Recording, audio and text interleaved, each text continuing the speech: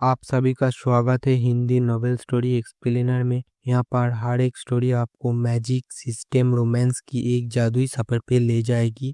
इस स्टोरी का सारा चरित्र, स्थान, घटना सब कुछ काल्पनिक है। इसे वास्तविकता से जोड़ने का प्रयास ना करें। चलिए स्टोरी की तरफ आगे बढ़ते हैं। अध्याय 361। जब तीनों सोच रहे थे तभी बक्से का दरवाजा खुला और अर्जुन सक्सेना बाहर से अंदर आया। जैसे ही उन्होंने अर्जुन सक्सेना को देखा, तीनों ने तुरंत अपने चेहरे के भावों को नियंत्रित किया, सलीके से खड़े हो गए और चेहरे पर मुस्कान के साथ उनका अभिवादन किया। मास्टर किन। अर्जुन सक्सेना ने हल्का सा सिर हिलाया और तीनों उसके सामने पूर्व की मुख्य सीट पर बैठ गए। सुनील सक्सेना स्वयं चाय लेकर आए और अर्जुन सक्सेना को भी एक कप गर्म चाय दी। मास्टर किन, एक कप चाय लीजिए। इस कप चाय के लिए मैं आपकी तारीफ करूंगा। पिछली बार घर खरीदने के लिए मुझे बहुत अफसोस है। अर्जुन सक्सेना ने चाय ली और कहा, कोई बात नहीं, ऐसा नहीं है कि हम एक दूसरे को नहीं जानते। उन्होंने कदम बढ़ाया और सुनील सक्सेना ने तुरंत खुशी खुशी उसे स्वीकार कर लिया। बिल्कुल सही, बिल्कुल सही। अगर मैं एक दूसरे को नहीं जानता तो मैं एक दूसरे को नहीं जानता। मास्टर किन ने जो कहा वो बेहतर है। बिल्कुल, वो एक कलाकार है। मास्टर किन, इस बार आपको शैम्पू की चिंता करनी होगी। मेरे ऑर्डर की चिंता मत कीजिए। मैं इसे राष्ट्रीय दिवस पर कर्मचारियों को लाभ पहुंचाने के लिए इस्तेमाल करने की योजना बना रहा हूं। ऑर्डर का समय मान्य होगा। सुनील सक्सेना के ये कहते ही लियांग गुआंगलाई और शीरोंगहो ने भी तुरंत अपनी बात रखते हुए कहा कि शैम्पू का ऑर्डर जल्दी में नहीं है, अभी कॉन्ट्रैक्ट साइन किया जा सकता है और पैसे तुरंत दे दिए जाएंगे। माल कब आएगा, ये पूरी तरह से अर्जुन सक्सेना पर निर्भर है। अर्जुन सक्सेना मुस्कुराए और बोले, सबके शैम्पू के ऑर्डर तैयार हैं। कल फैक्ट्री का आधिकारिक तौर पर फीता कटने के बाद इसे बोतलबंद और पैक किया जा सकेगा और परसों भेज दिया जाएगा। अहमदाबाद में एक्सप्रेस डिलीवरी में थोड़ा ज़्यादा समय लगता है, लेकिन सिर्फ 3-4 दिन। मैं भी पहुंच सकता हूं और राष्ट्रीय दिवस के कल्याण कार्यों में शामिल हो सकता हूं। बहुत बढ़िया। मैं अभी भी राष्ट्रीय दिवस को लेकर चिंतित हूं। मुझे समझ नहीं आ रहा कि कर्मचारियों को क्या लाभ दिए जाने चाहिए। ये बाल झड़ने से रोकने वाला शैम्पू आजकल के युवाओं के लिए वाकई सही समय पर है। सुनील सक्सेना ने खुशी से कहा। ऐसे में मास्टर किन, पहले व्यंजन मंगवा लेते हैं। व्यंजन परोसे जाने के बाद हम अनुबंध पर हस्ताक्षर करेंगे। हम तीनों ने अनुबंध तैयार कर लिया है। देखते हैं कोई समस्या तो नहीं है। शी रोंगहो ने उन्हें मेनू थमा दिया। अर्जुन सक्सेना, वे स्वयं अनुबंध लेने गए। अर्जुन सक्सेना द्वारा कुछ व्यंजन ऑर्डर करने के बाद सुनील सक्सेना ने मेनू संभाला, एक पेन उठाया और व्यंजनों से भरी एक बड़ी मेज का ऑर्डर दिया। फिर तीनों ने अनुबंध अर्जुन सक्सेना के सामने रख दिया और अर्जुन सक्सेना ने एक एक करके उन्हें देखा। हालांकि ये आदेश तीनों लोगों के पक्ष में हैं, उन्हें अर्जुन सक्सेना से काम करवाना आवश्यक है। निश्चित रूप से अनुबंध में कोई समस्या नहीं होगी, लेकिन आखिरकार ये कानूनी जिम्मेदारियों के विभाजन से संबंधित है। अनुबंध अभी देखा जाना बाकी है। कल रात ये जानते हुए कि वह आज अनुबंध पर हस्ताक्षर करने आ रहे हैं, अनन्या शर्मा ने विशेष रूप से अर्जुन सक्सेना को अनुबंध में ध्यान देने योग्य कुछ बिंदु बताए, विशेष रूप से संख्यात्मक राशि, डिलीवरी की तारीख, डिलीवरी की मात्रा आदि, और कुछ अस्वीकरण जिन्हें स्पष्ट रूप से पढ़ा जाना चाहिए।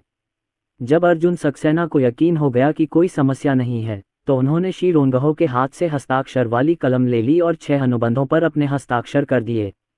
अनुबंध की 2 प्रतियां हैं। अर्जुन सक्सेना को 3 प्रतियां प्राप्त हुईं तथा अन्य 3 प्रतियां वे अपने साथ ले गए। इसी समय वेटर ने डिब्बे में रखा मेनू भी निकाल लिया। इससे पहले कि वेटर पीछे की रसोई में जा पाता, एक लड़की ने उसे रोक लिया।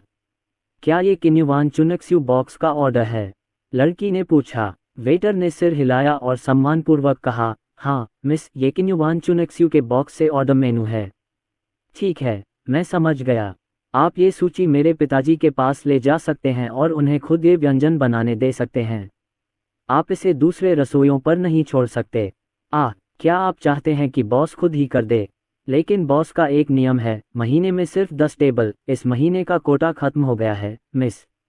वेटर थोड़ा शर्मिंदा हुआ। प्रिया मेहता ने उसकी ओर देखा, ऑर्डर लिया और पीछे की रसोई की ओर चली गईं। राजेश कुमार उस समय पीछे के रसोई घर में गश्त कर रहे थे और रसोई की समस्याओं पर ध्यान दिला रहे थे।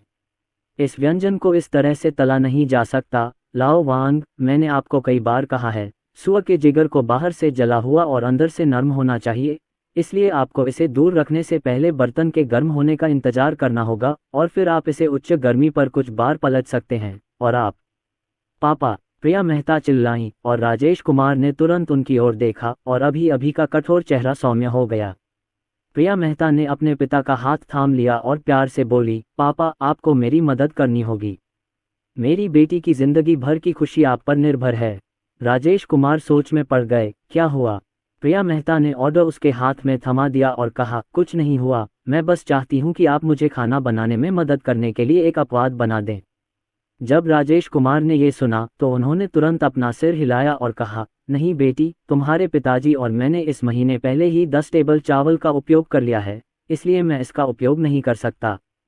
बेटी की बोलती बंद होते देख राजेश कुमार ने आगे कहा, बेटी, बिजनेस में सबसे ज़रूरी चीज़ है ईमानदारी।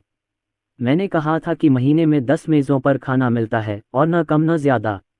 यह एक अपवाद है और इस बार यह नहीं चलेगा, वरना अगर यह फैल गया तो हमारे बॉस जूडेकुआन का साइन बोर्ड तोड़ दिया जाएगा। तो फिर क्या आपको अपनी बेटी की जिंदगी भर की खुशी की परवाह नहीं? आपके नियम मायने रखते हैं या आपकी प्यारी बेटी? प्रिया मेहता ने नखरेबाजी से कहा। राजेश कुमार बेटी का गुलाम है और उसे सबसे ज्यादा डर उसकी इस हरकत से लगता है। उसे बिगड़ल बच्ची की तरह व्यवहार करते देख वह तुरंत झिझक गया। तो फिर बताओ, रात का खाना इतना ज़रूरी क्यों है? क्या इस मेज़ पर बैठा मेहमान तुम्हारा छोटा सा बॉयफ्रेंड है? राजेश कुमार ने पूछा। प्रिया मेहता ने अपना सिर हिलाया। चूंकि ऐसा नहीं है तो? राजेश कुमार की बात पूरी होने से पहले ही प्रिया मेहता बोली, यह आपके बॉयफ्रेंड से भी ज़्यादा ज़रूरी है पापा।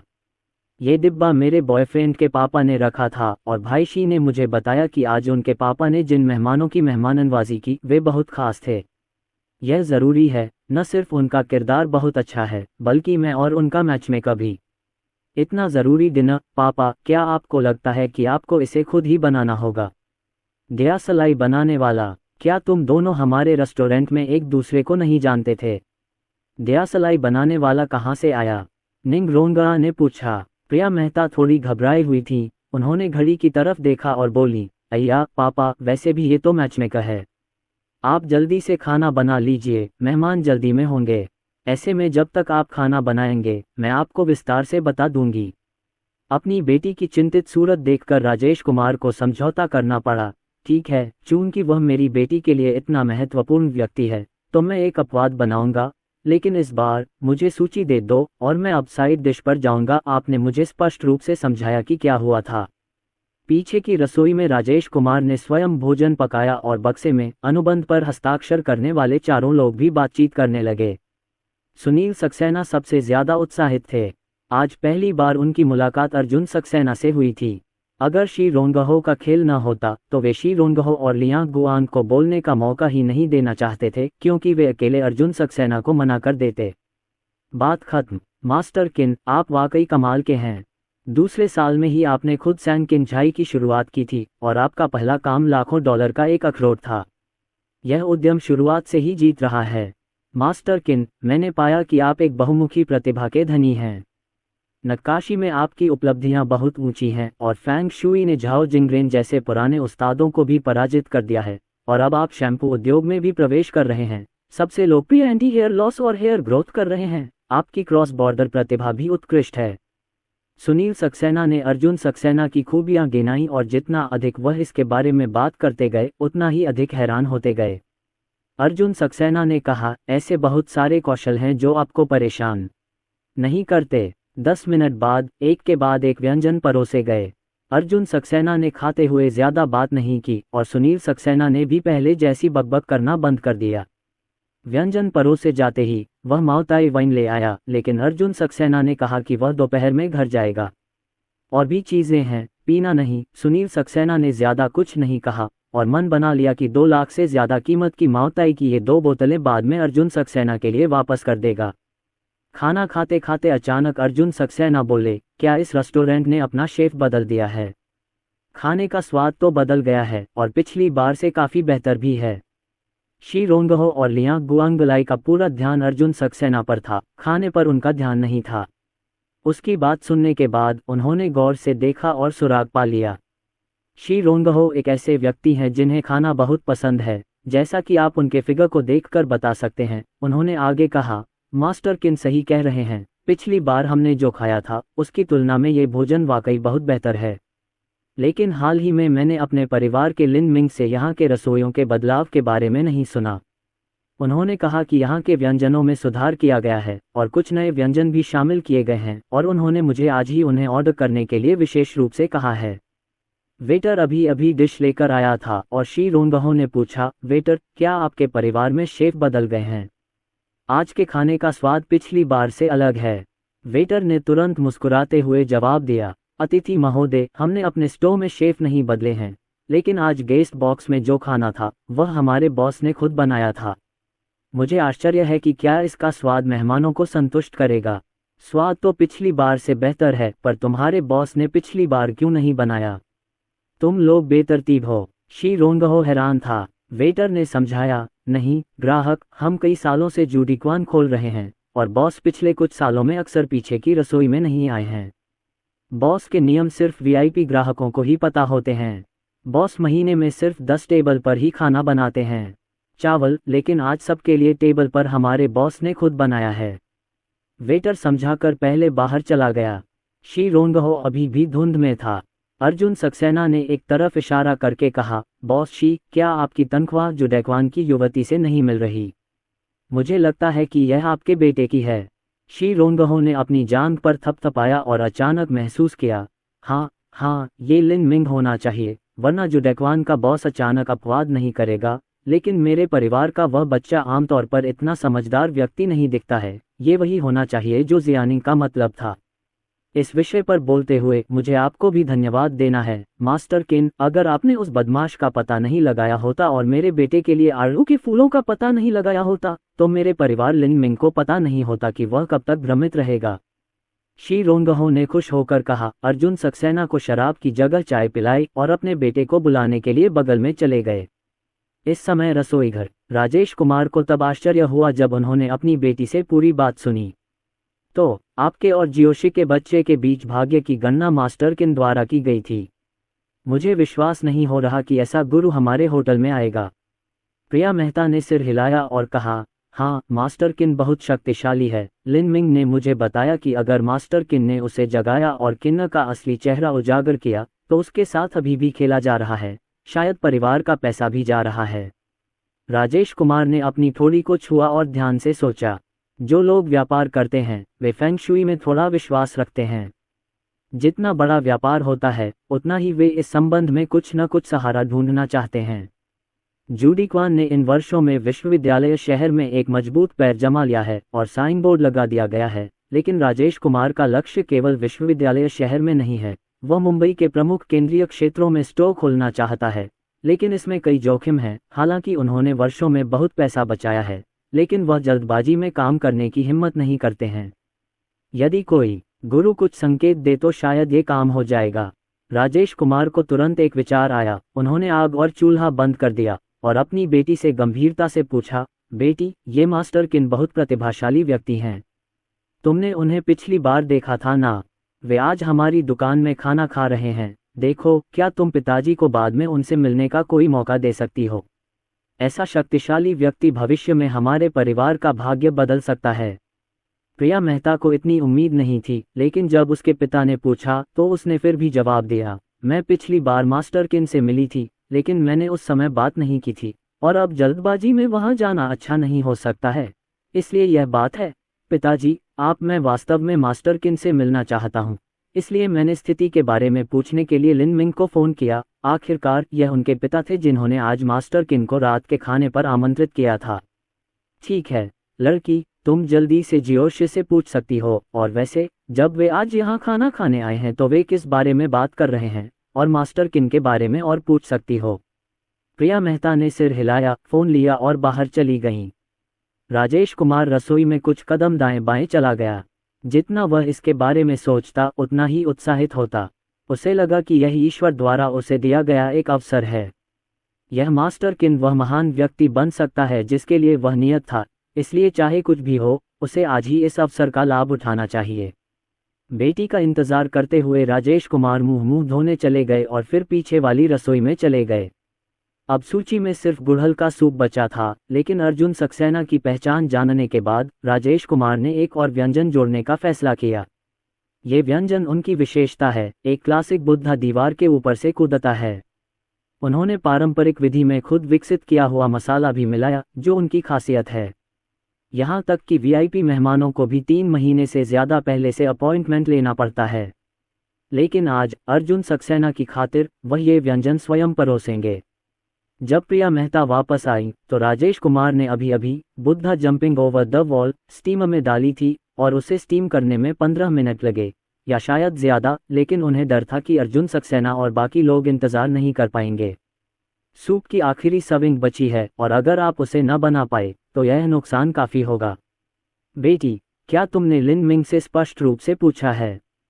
प्रिया मेहता ने सिर हिलाया और कहा, मैंने साफ साफ पूछ लिया है पापा। आज अंकल शी मास्टर किन के साथ एक अनुबंध पर हस्ताक्षर करने आए हैं।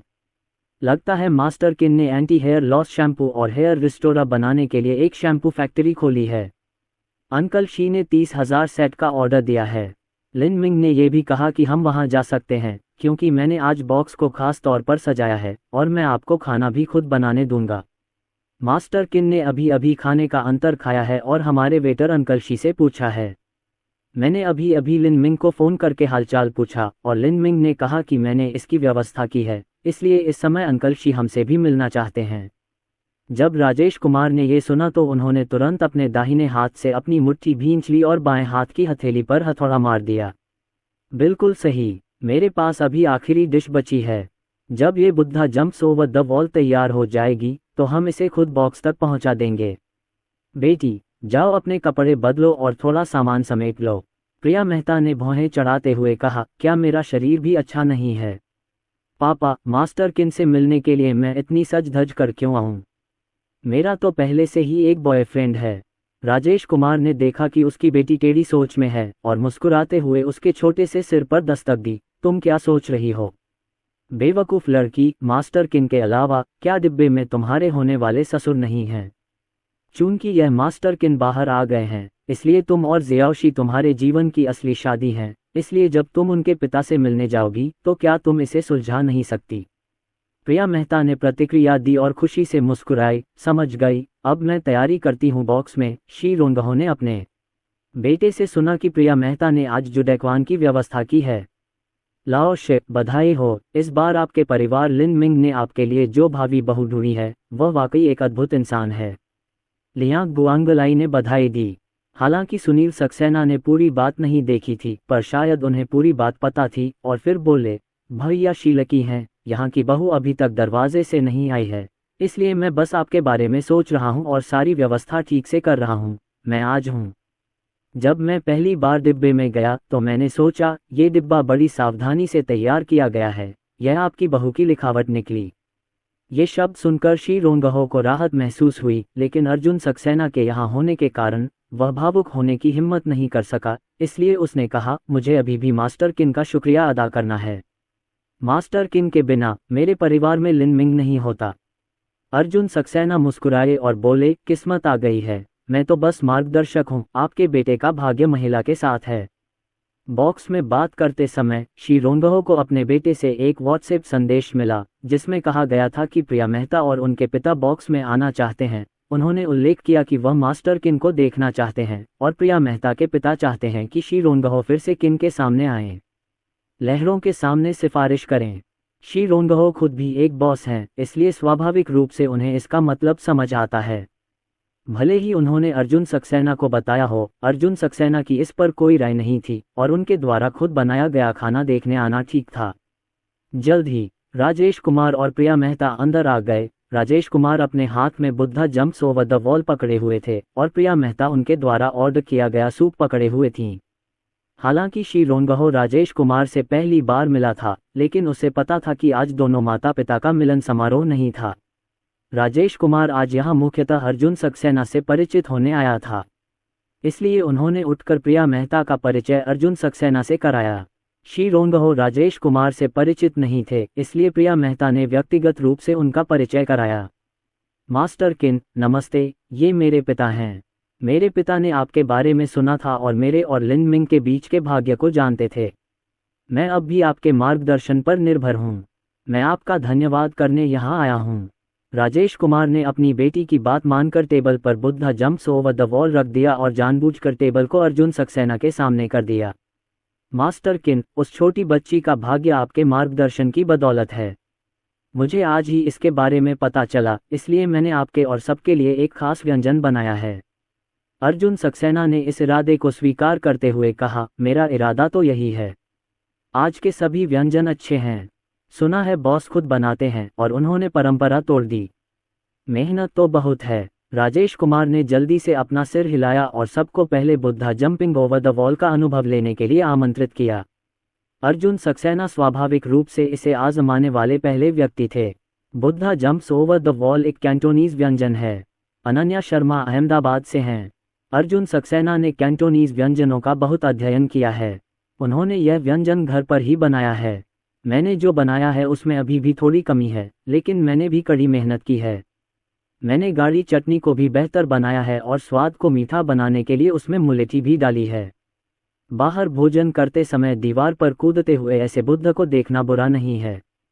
अर्जुन सक्सेना ने चम्मच नीचे रखा, सिर हिलाया और कहा, ये Buddha jumps over the wall वाकई लाजवाब है।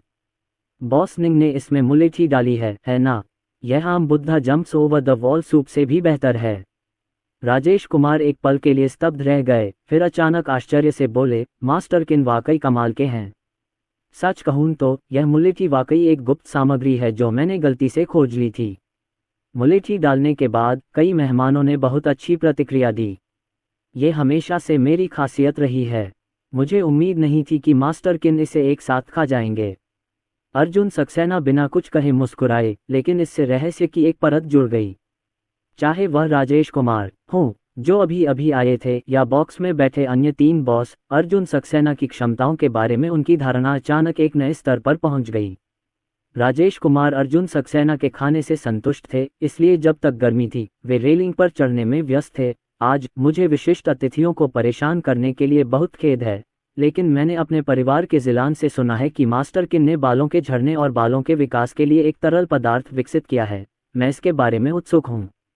सच कहूँ तो मेरी उम्र में बालों का झड़ना सबसे बड़ी समस्या बन गई है। साथ ही पीछे की रसोई में उन बूढ़े लोगों के लिए जो पूरे साल कालिक के साथ रहते हैं, बालों को रखना सबसे मुश्किल है। और मेरे स्टोव में कई वीआईपी उपयोगकर्ता हैं। मूल रूप से वे सभी बुजुर्ग हैं और बालों के झड़ने की समस्या बहुत गंभीर है। इसलिए मैं मास्टर किन से शैम्पू और हेयर रिस्टोरर का एक बैच भी ऑर्डर करना चाहता हूँ। मुझे आश्चर्य है कि क्या मैं इसे अभी ऑर्डर कर सकता हूँ। जब अर्जुन सक्सेना ने ये सुना तो उन्होंने कहा कि क्या ये डोर टू डोर बिजनेस नहीं है? हाँ, कारखाना आधिकारिक तौर पर कल शुरू होगा, लेकिन स्टॉक पर्याप्त है। बॉस निंग कितना चाहते हैं? राजेश कुमार ने कुछ देर सोचा और कहा, मैं शैम्पू और हेयर रिस्टोरर के 10,000 सेट ऑर्डर करूंगा। कोई बात नहीं, परसों ही एक्सप्रेस से मुंबई भेज दिया जाएगा और आप उससे पहले अनुबंध पर हस्ताक्षर कर सकते हैं। राजेश कुमार ने राहत की सांस ली। ऐसा लग रहा था कि वह कारों की इस लहर में शामिल हो गया है। उसने तुरंत कहा, अगर ऐसा है तो आज ही अनुबंध पर हस्ताक्षर क्यों नहीं कर लेते?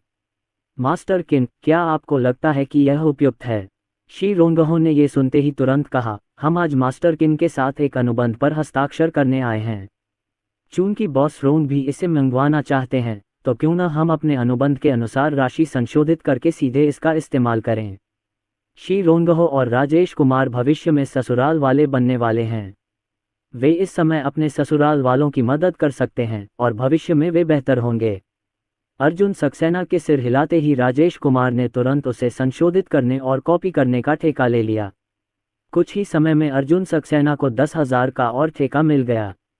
राजेश कुमार ने कॉन्ट्रैक्ट साइन करने के बाद खुशी खुशी बात करना बंद कर दिया। दरअसल उन्हें अर्जुन सक्सेना का फेंगशुई ज़्यादा पसंद था, लेकिन यह मामला ज़रूरी नहीं है।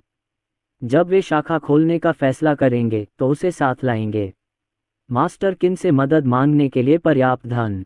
लंच के बाद अर्जुन सक्सेना 4 ठेके लेकर वापस आया। सुनील सक्सेना उसे कार के किनारे ले गए और जिद की कि वह उसमें 5 स्टार माओताई की 2 बोतलें रख दे। ये देखकर कि अर्जुन सक्सेना बच नहीं सकते, उन्होंने आगे कुछ नहीं कहा। कार के कुछ दूर चलने के बाद उसने ब्लूटूथ फ़ोन का उपयोग करके पिताजी सक्सेना को फ़ोन किया। कल ये सहमति हुई थी कि आज अनुबंध पर हस्ताक्षर करने के बाद मैं किन डैड को खबर दूंगा, और आज अनुबंध पर हस्ताक्षर करने में अप्रत्याशित खुशी है और 10,000 सेटों का अतिरिक्त ऑर्डर है। जब पिताजी सक्सेना ने ये समाचार सुना तो फोन के दूसरी ओर उनकी खुशी का ठिकाना न रहा। बेटा, तुम तो बहुत काबिल हो, हाँ, खाना खाकर 10,000 सेट और बेच दिए। लगता है हमारा किन शैम्पू शुरू होने से पहले ही पॉपुलर हो जाएगा। अर्जुन के पिता की खुशी का असर अर्जुन सक्सेना पर भी पड़ा। इन आदेशों की तुलना में अर्जुन सक्सेना ज्यादा खुश था क्योंकि उसके पिता अब खुश थे। उन्हें लगा कि शैम्पू की फैक्ट्री लखनऊ में लगाना बहुत सही फैसला था। यह मामला पिताजी सक्सेना पर छोड़ देने से पिताजी सक्सेना की हालत ही बदल गई। पापा, ये तो बस शुरुआत है।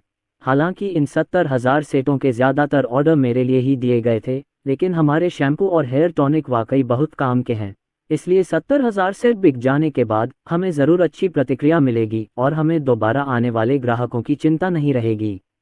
हाँ बेटा, तुम सही कह रहे हो। तुमने जिस एंटी हेयर लॉस शैम्पू और हेयर रिस्टोरर के बारे में पढ़ा है, उसका इस्तेमाल हम सभी ने किया है और उसका असर बहुत अच्छा है।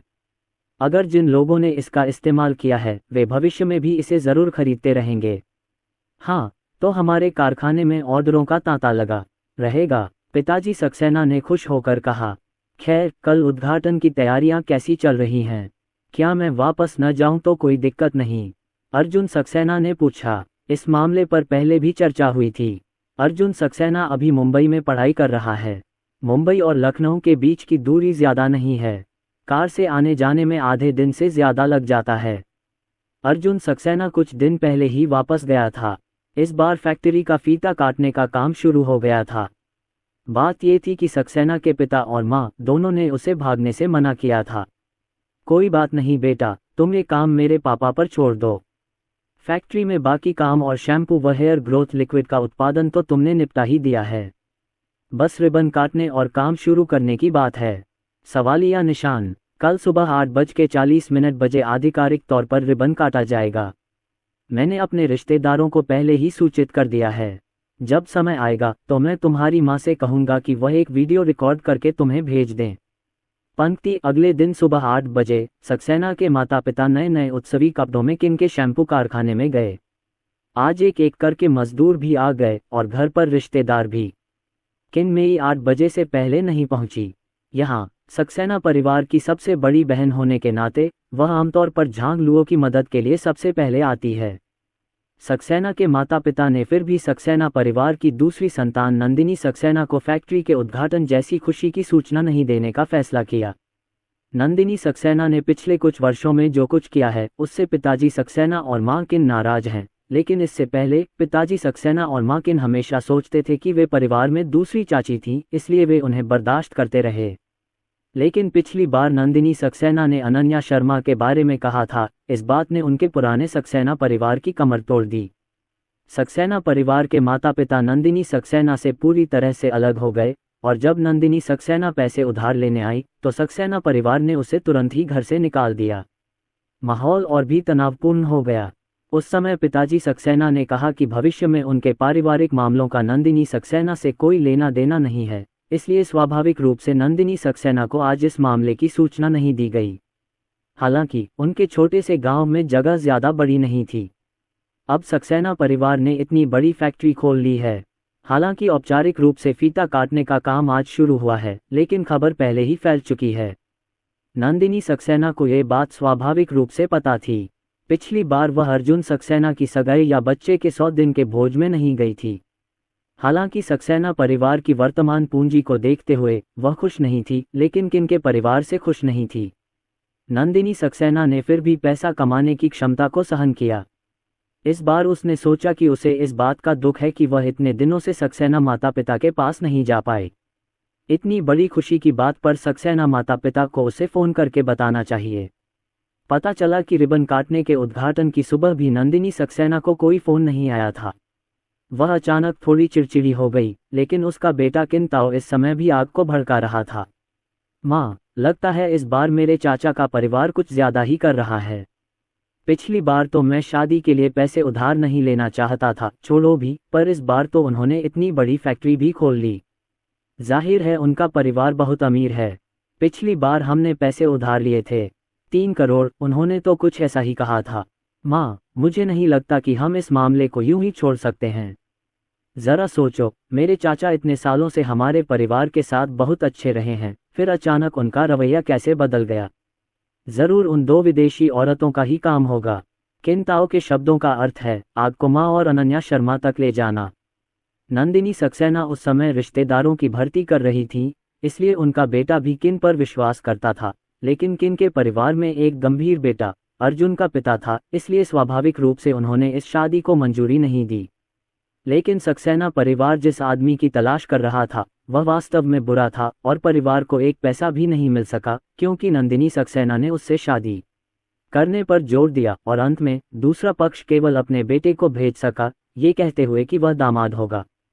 इस वजह से नंदिनी सक्सेना हमेशा खुद को सक्सेना परिवार का वारिस मानती आई है, ये सोचकर कि अनीता सक्सेना बाहर से मांगी हुई बहू है और केवल वह और अर्जुन के पिता ही एक परिवार हैं, भाई बहन का रिश्ता है। लेकिन सालों से सक्सेना के माता पिता के बीच बहुत अच्छे संबंध रहे हैं और वे अपनी बहन की बात ज्यादा नहीं सुनते। ये बात नंदिनी सक्सेना के दिल में हमेशा से खटकती रही है। अब जब उसका बेटा इस बात का जिक्र करेगा तो नंदिनी सक्सेना का गुस्सा तुरंत फूट पड़ेगा। ताओ ताओ, तुम सही कह रहे हो, हमारे पुराने सक्सेना परिवार के पुरुष उन महिलाओं को देखकर चकित थे। वे ये पता नहीं लगा सकते कि उपनाम किन कौन है। अपनी माँ को गुस्से में देखकर किंताओ ने तुरंत आग में घी डाला। माँ, बस, सब लुओ जिंग और अनन्या शर्मा की गलती है, हम और मेरे चाचा एक ही परिवार हैं। नतीजा, उन 2 औरतों की वजह से मेरे चाचा ऐसे ही हो गए। हम जिए या मरें कोई फर्क नहीं पड़ता। अब मेरी देवी की शादी हो चुकी है और मेरी बहन की शादी भी फीकी पड़ गई है।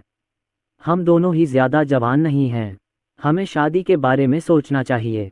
बहन की शादी तो ठीक है, आखिरकार वो शादी करना ही चाहती है, उसे किसी और के घर वालों से पैसे तो लेने ही होंगे, पर मैं अलग हूँ। मुझे पत्नी पाने के लिए सगाई का तोहफा चाहिए। माँ, हमें अभी भी अमीर होना है। हाँ, मेरे चाचा अब इतने अमीर हो गए हैं और उन्होंने इतनी बड़ी फैक्ट्री खोल ली है, उनका परिवार भी अमीर होगा। इस मुश्किल घड़ी में हमें चाचा के पास ही मदद के लिए जाना होगा।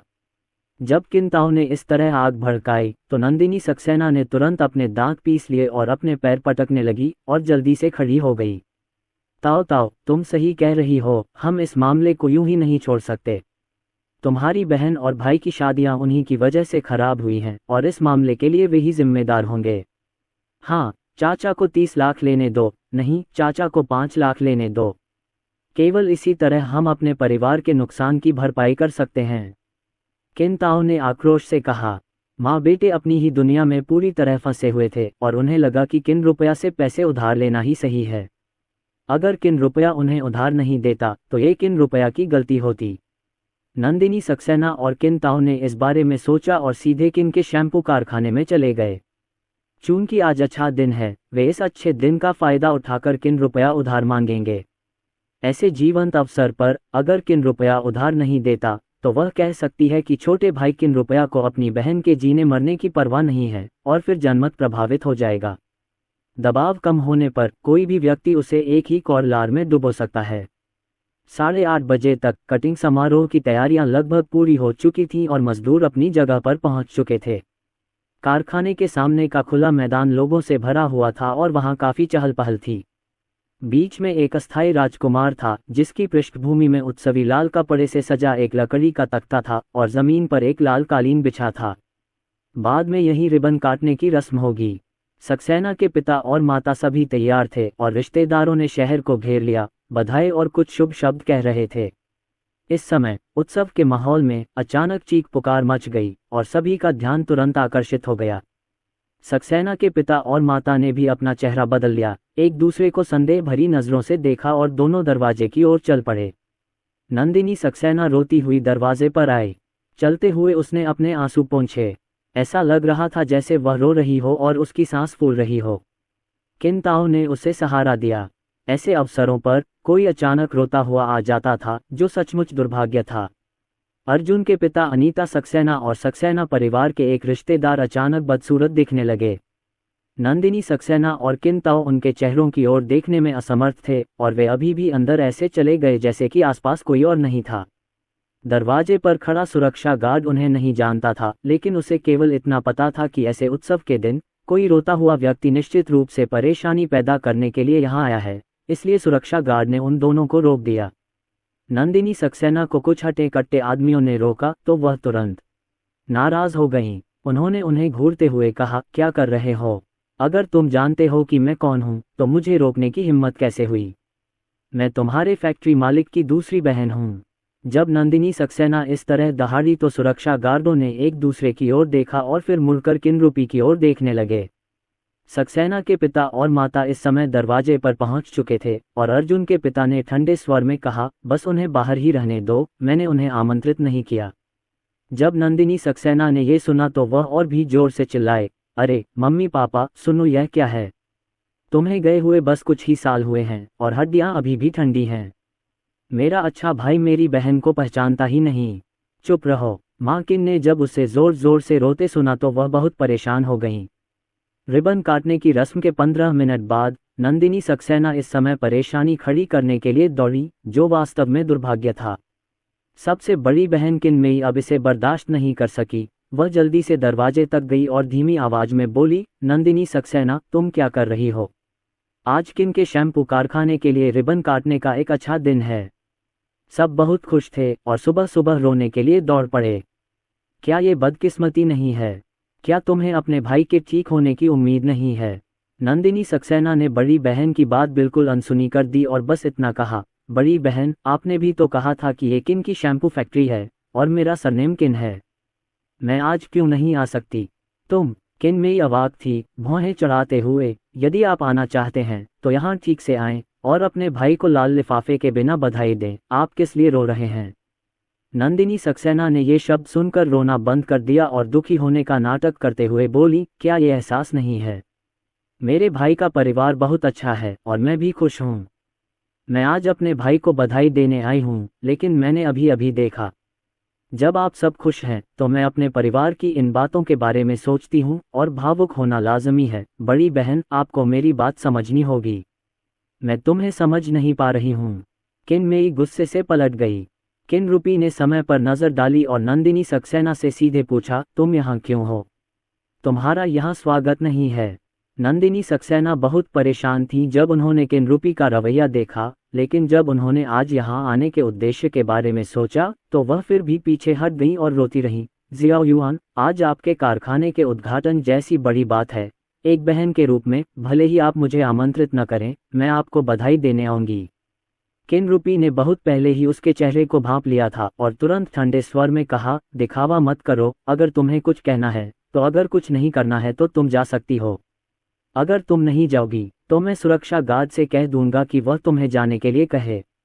नंदिनी सक्सेना ने देखा कि वह मजाक नहीं कर रहा था और उसकी आंखें तुरंत स्थिर हो गईं। किनरूपी के पीछे सैकड़ों लोगों की एक बड़ी मजदूर टीम है। मालिक होने के नाते अब वह जनता के सामने है।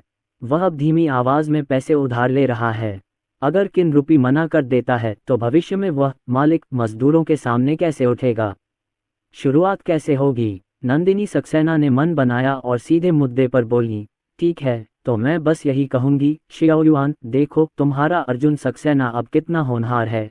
एक ऑर्डर 20 करोड़ का है और तुमने फिर से इतना बड़ा सौदा कर लिया है। जिस कारखाने ने इतनी महंगी मशीनें खरीदी, तुम्हारे घर की हालत अब हमारे काउंटी में सबसे अच्छी है। लेकिन मेरी दूसरी बहन को देखो, हमारा परिवार गरीब है और पिछली बार तुम्हारी और लुओ जिंग की वजह से मेरे बेटे और बेटी की शादी बहुत बुरी हो गई थी। ताओ ताओ इस साल बहुत छोटा नहीं है और अगर तुम किसी बहू से शादी नहीं करोगे तो यह और भी बुरा होगा। मुझे पता चला तुम्हारे चाचा और चाचा तुम ताओ ताओ को जीवन भर कुंवारा नहीं देख सकते। मैं ज्यादा उधार नहीं लेना चाहता। देखो तुम्हारा परिवार अब बहुत अमीर हो गया है। तुम्हारी उंगलियों की थोड़ी सी भी रोशनी हमारे परिवार के खाने पीने और गुजारे के लिए काफ़ी है। जियाओ युआन, मैंने बचपन से तुम्हारा ध्यान रखा है। तुम अकेले विकास नहीं कर सकती।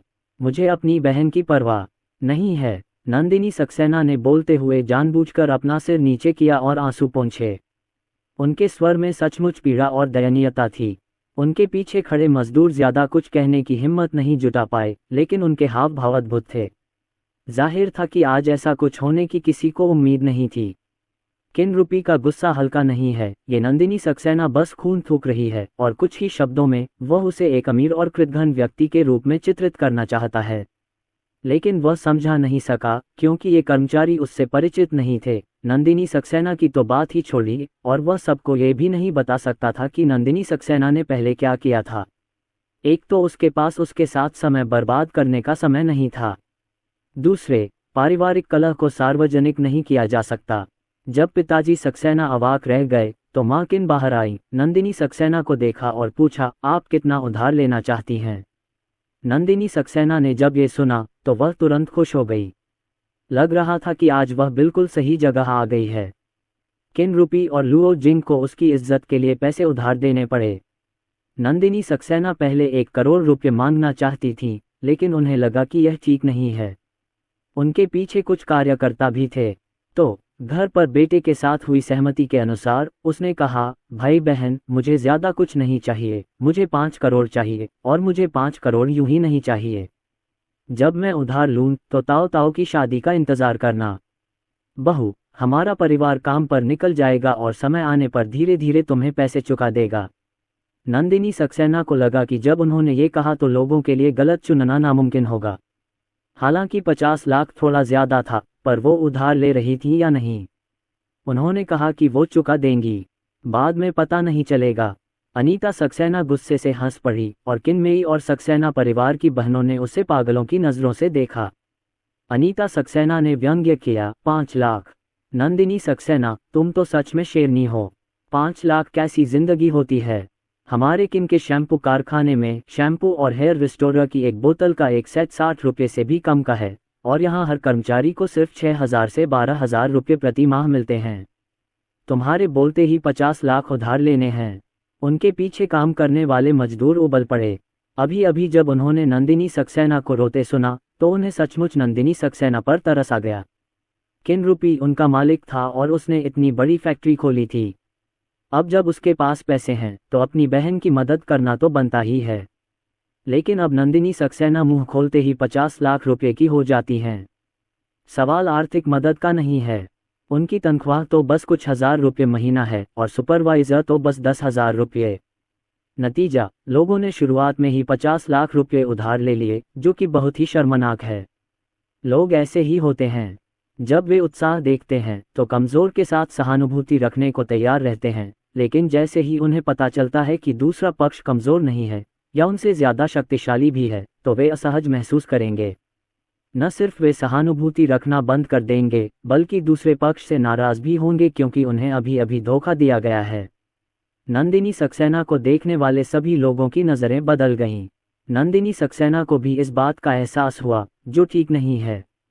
आज वो इन मजदूरों की जनमत पर निर्भर होकर किन रूपी को मजबूर कर रही है और उसे पैसे उधार देने पर मजबूर कर रही है। अगर मजदूर उसका साथ नहीं देंगे तो पैसा डूब जाएगा। अब और उधार नहीं ले सकती, इसलिए नंदिनी सक्सेना रोती रही और दयनीय होने का नाटक करती रही। भाई बहन, मैं 5 करोड़ के बारे में बहुत कुछ जानता हूँ, लेकिन मेरे पास इसके अलावा कोई चारा नहीं है। आखिरकार मेरे परिवार ताताओ और उसकी बहन की शादी आपने बर्बाद कर दी है। दोनों बच्चों की शादी होने वाली थी, इसलिए पिछली बार मैं उधार लेना चाहता था। अगर आप सगाई का तोहफा नहीं देना चाहते तो इस बार दोनों बच्चों का कोई साथी भी नहीं है, इसलिए मैं बच्चों के लिए और पैसे ही तैयार कर सकता हूँ, वरना मैं क्या कर सकता हूँ। जब माँ ने ये सुना तो वह तुरंत समझ गई। नंदिनी सक्सेना हर किसी की अज्ञानता पर भरोसा करना चाहती थी ताकि हर कोई यह गलतफहमी में रहे कि वे किनताओ और उसकी बहन के विवाह में शामिल थे और वह अपने परिवार को नैतिक उच्च भूमि पर रखना चाहती थी और उसे अर्जुन के पिता के साथ समझौता करने देना चाहती थी। ये दुख की बात है कि उन्होंने कुछ भी गलत नहीं किया और स्वाभाविक रूप से वे दरवाजे पर दस्तक देने वाले भूतों से भी नहीं डरते थे। लुओ जिंग एक कदम आगे बढ़ी, भीड़ में खड़ी हो गई और अपनी आवाज़ ऊंची करते हुए बोली, दूसरी बहन, मुझे समझ नहीं आया कि आपने क्या कहा। ताओ ताओ और उसकी बहन की शादी में क्या तुमने कोई बखेड़ा नहीं खड़ा किया? इसका हमारे परिवार से क्या लेना देना है? सभी हमारे काउंटी से हैं और ज़्यादा दूर नहीं रहते। इतनी छोटी जगह में मुझे लगता है कि खबर बहुत जल्दी फैलनी चाहिए। कुछ समय पहले अगले गांव में यांग यूटिंग की शादी के बारे में सभी को पता था, है ना? लखनऊ तो पहले से ही बड़ा नहीं है। उनका काउंटी शहर और भी छोटा है और कुल मिलाकर लगभग 10 गांव ही हैं। दूसरे गांवों की साधारण छोटी मोटी बातों के बारे में शायद आपको पता न हो, लेकिन यांग यूएटिंग का मामला काफ़ी बड़ा है और बड़े बड़े लोगों ने इसके बारे में सुना है।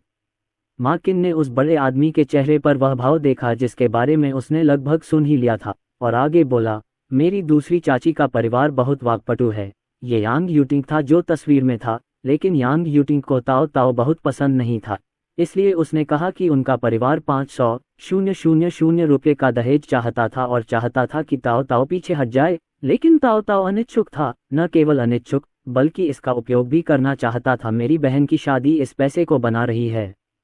मेरी दूसरी मौसी के परिवार की सबसे बड़ी बेटी के ससुराल वाले पहले ही तय हो चुके हैं और सगाई के उपहारों पर बातचीत भी हो चुकी है। अभी बहुत कुछ देना बाकी है और 1 लाख रुपये तय हो चुके हैं। नतीजतन मेरी दूसरी मौसी को सिर्फ मेरे बेटे की परवाह है और उन्होंने अभी तक शादी नहीं की है। मैं बस यही चाहती हूँ कि मेरी सबसे बड़ी भतीजी वोल्डेमॉर्ट बने और मैं अस्थायी रूप से कीमत बढ़ाकर दहेज 4 लाख करना चाहती हूँ और दूसरा पक्ष निश्चित रूप से नहीं मानेगा। पेड़ त्वचा के एक टुकड़े के रूप में जीवित रहता है और लोग सांस लेने के लिए संघर्ष करते हैं। ये युवक अभी भी बहुत मजबूत है। वह घर गया और मौके पर 500,000 रुपये इकट्ठा किए और यान परिवार के पास शादी का प्रस्ताव रखने गया। अगर आप चाहते हैं कि मैं आपको बताऊं, तो क्या इन दोनों लोगों के बीच अभी भी यही नियति है? शादी जल्द ही हो जाएगी। हालांकि मैं नहीं गया, लेकिन मैंने सुना है कि 500,000 दहेज की वजह से शादी बहुत जीवंत थी। मुझे नहीं पता कि आप में से किसी को इसे देखने का सम्मान मिला है या नहीं। इस तरह की गपशप सबसे ज़्यादा चर्चा में रहती है, इसलिए जब लुओ जिंग ने ये कहा तो सभी को तुरंत पता चल गया कि उन्होंने क्या सीखा है।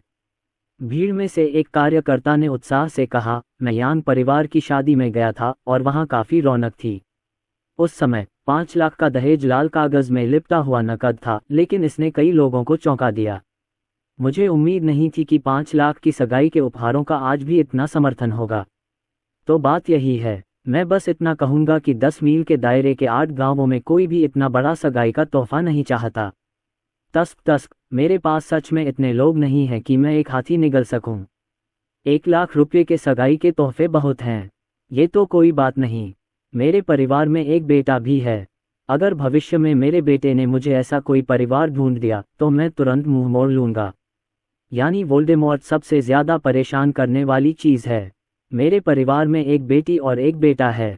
मैं अपनी बेटी के साथ कभी अन्याय नहीं होने दूंगा। वाह! अनीता सक्सेना ने जैसे ही इस मामले पर बात की, नंदिनी सक्सेना को देखकर सबके चेहरे बदल गए। यहाँ युवा कर्मचारी तो हैं, लेकिन ज़्यादातर 40-50 की उम्र के हैं। सब उपहास कर रहे हैं। कहने की ज़रूरत नहीं कि युवा लोग ही हैं। ऐसे लोग ही उन्हें सबसे ज़्यादा नीची नज़र से देखते हैं। इस तरह के व्यक्ति के कारण ही विवाह इतना कठिन हो जाता है। नंदिनी सक्सेना, मैंने जो कहा वो बिल्कुल साफ है। तुम्हारे परिवार के मामलों से हमारा कोई लेना देना नहीं है। रही बात पैसों की, तो मैं तुम्हें एक पैसा भी उधार नहीं दूंगा। मेरे बेटे और बहू की सगाई का भोज अभी अभी खत्म हुआ है। तुम मेरे घर कब आओगी? मुझे अपनी बहू की पीठ पीछे कही हर बात याद है, और अगर तुम हमें परिवार जैसा नहीं मानती तो हमारे स्नेह की भी परवाह मत करो। लुओ जिंग, तुम क्या हो? क्या हमारे पुराने सक्सेना परिवार के मामलों का तुमसे कोई लेना देना है? तुम्हें यहाँ मजबूत होने की क्या ज़रूरत है? नंदिनी सक्सेना ने देखा कि सब उसे डांट रहे हैं और वह बहुत देर तक गुस्से में रही। लुओ जिंग इतनी घमंडी है, वह इसे कैसे सहन कर सकती है? ये बहुत बड़ी बात है। वैसे भी वह उनके लिए इसे आसान नहीं बनाएगी। अर्जुन के पिता, जिन्होंने कभी बात नहीं की थी, ने नंदिनी सक्सेना को अनीता सक्सेना से यह कहते सुना और उनका गुस्सा अचानक सामने आया और उन्होंने गुस्से से कहा, चुप रहो नंदिनी सक्सेना। लुओ जिंग मेरी पत्नी है। जिसने इन वर्षों में मेरी देखभाल की है वह तुम हो या नहीं, मैं तुम्हें बताऊंगा। हमारे सक्सेना परिवार के मामले का तुमसे कोई लेना देना नहीं है। बस यहाँ से चले जाओ। आज मौजूद मजदूरों में 70 से 80% महिलाएं हैं। नंदिनी सक्सेना की टिप्पणी ने जनता में रोष पैदा कर दिया। सबने ऊंची आवाज में कहा, सच तो है, सबके पास है। अमीर देखकर मुंह से पैसे मांगते हैं, मुंह खोलते ही 5 करोड़ मांगते हैं। मुझे तो पूरा यकीन हो गया। यानी लोग अपना पैसा खुद कमाते हैं, तुम्हारा क्या लेना देना? उधार लेना प्यार है, न लेना फर्ज है, और यहाँ आकर मुसीबत मोल लेना बहुत बड़ी बात है। चलो जल्दी से चलें, यहाँ हमारे कारखाने के उद्घाटन को प्रभावित न करें। चल दर। सभी लोग क्रोधित हो गए और सुरक्षा गार्ड और अधिक शक्तिशाली हो गए तथा उन्होंने नंदिनी सक्सेना और किंताओ को फिर से बाहर धकेल दिया। सक्सेना के पिता और माता ने तो अपनी नजरें ही नहीं हटाईं और सक्सेना परिवार के रिश्तेदार भी अपनी राय जाहिर न करने के कारण मुंह मोड़कर चले गए। अपनी स्थिति समाप्त होते देख नंदिनी सक्सेना के मन में अचानक आक्रोश उत्पन्न हो गया। चूंकि वह पैसे उधार नहीं ले सकती थी, इसलिए उसे उन्हें अच्छा चेहरा दिखाने की जरूरत नहीं थी। नंदिनी सक्सेना ने मौके पर ही डांटा, किन रूपी, तुम तो बिल्कुल सफ़ेद आंखों वाले भेड़िए हो। अब ये मत सोचना कि तुम्हारा परिवार थोड़ा और विकसित हो गया है, अब बहुत अच्छा है। मैं तुम्हें बता दूं, 30 साल की है डॉन, 30 साल की है क्सी। आज तुम मुझे और हमारे परिवार ताताओं को नीचा दिखा रही हो और हम तुम्हें भविष्य में ऊंचा उठने से रोक देंगे। क्या ये टूटी हुई फैक्ट्री नहीं है और ये एंटी हेयर लॉस शैम्पू भी बनाती है? मुझे नहीं लगता कि तुम्हारी टूटी हुई फैक्ट्री कुछ दिन और चल पाएगी। वाह, उसे उड़ा दो। किन रूपी दहाड़ा और सुरक्षा गार्ड तुरंत नंदिनी सक्सेना और किंताओ को ले गया। यद्यपि सुरक्षा गार्डों ने त्वरित कार्रवाई की, लेकिन अंतिम वाक्य नंदिनी सक्सेना ने कहा। आज फैक्ट्री सिलाई के लिए खुली थी। खुशी का दिन होना चाहिए था, पर नंदिनी सक्सेना ने फैक्ट्री के दरवाजे पर ही ये कह दिया। क्या ये उनके परिवार के लिए अभिशाप नहीं है? इस तरह का व्यक्ति वास्तव में स्वार्थी है और अपनी बहन के प्रति भी वह बहुत दुष्ट है। सक्सेना के पिता और माता दोनों बहुत क्रोधित थे और किनमेई की आंखें क्रोध से लाल थीं, लेकिन अपने छोटे भाई और छोटी बहन को देखकर वह उन्हें सांत्वना देने के लिए जल्दी से आगे बढ़ी। जियाओ युआन, लुओ जिंग, नाराज मत हो, नंदिनी सक्सेना पागल है। वो ये बातें सिर्फ तब कहती है जब वो बीमार होती है। आज का दिन अच्छा है, उस पागल से परेशान मत हो। सही कहा जियाओ युआन, जियाओ जिंग, नाराज मत हो। अगर तुम नाराज हो तो ये ठीक नहीं है। किन की शैम्पू फैक्ट्री आज आधिकारिक तौर पर शुरू हो गई है और तुम्हारे अच्छे दिन अभी शुरू हुए हैं। बुढ़िया किन, नाराज मत हो, शुभ मुहूर्त आने वाला है। हम सिलाई की तैयारी करने जा रहे हैं। नंदिनी सक्सेना, तूने उसे बस यूं ही जाने दिया। ऐसी औरत पर नाराज होना बिल्कुल भी मुनासिब नहीं है। जब पापा सक्सेना ने यह सुना तो उन्होंने अपनी घड़ी देखी, मॉम किन के कंधे पर थपथपाया और कहा, बीवी, नाराज मत हो, हम इसे जल्द ही काटने वाले हैं। मजदूर सब इंतजार कर रहे हैं और मेरा बेटा हमारा इंतजार कर रहा है कि वह हमें वीडियो भेजे। वह देख रहा है, ये फैक्ट्री हमारे परिवार की मेहनत से बनी है। उस पागल को फैक्ट्री के शुभ मुहूर्त पर असर न डालने दें। अनीता सक्सेना ने आंखें छुईं, सिर हिलाया और बोली, अच्छा, स्टेज पर जाने के लिए तैयार हो जाओ। मैं इसके बगल में एक वीडियो बनाऊंगी और बाद में अपने बेटे को भेजूंगी। पिताजी सक्सेना ने सिर हिलाया, कुछ गहरी सांसें लीं, अपनी स्थिति को समायोजित किया और फिर उनके चेहरे पर मुस्कान आ गई। आधिकारिक तौर पर रिबन 8:40 पर काटा गया। हालांकि अभी अभी का वाकया थोड़ा अप्रिय था, फिर भी मजदूरों का उत्साह चरम पर था। उनके बॉस और मालकिन की हरकतें अभी अभी बहुत चर्चित हैं।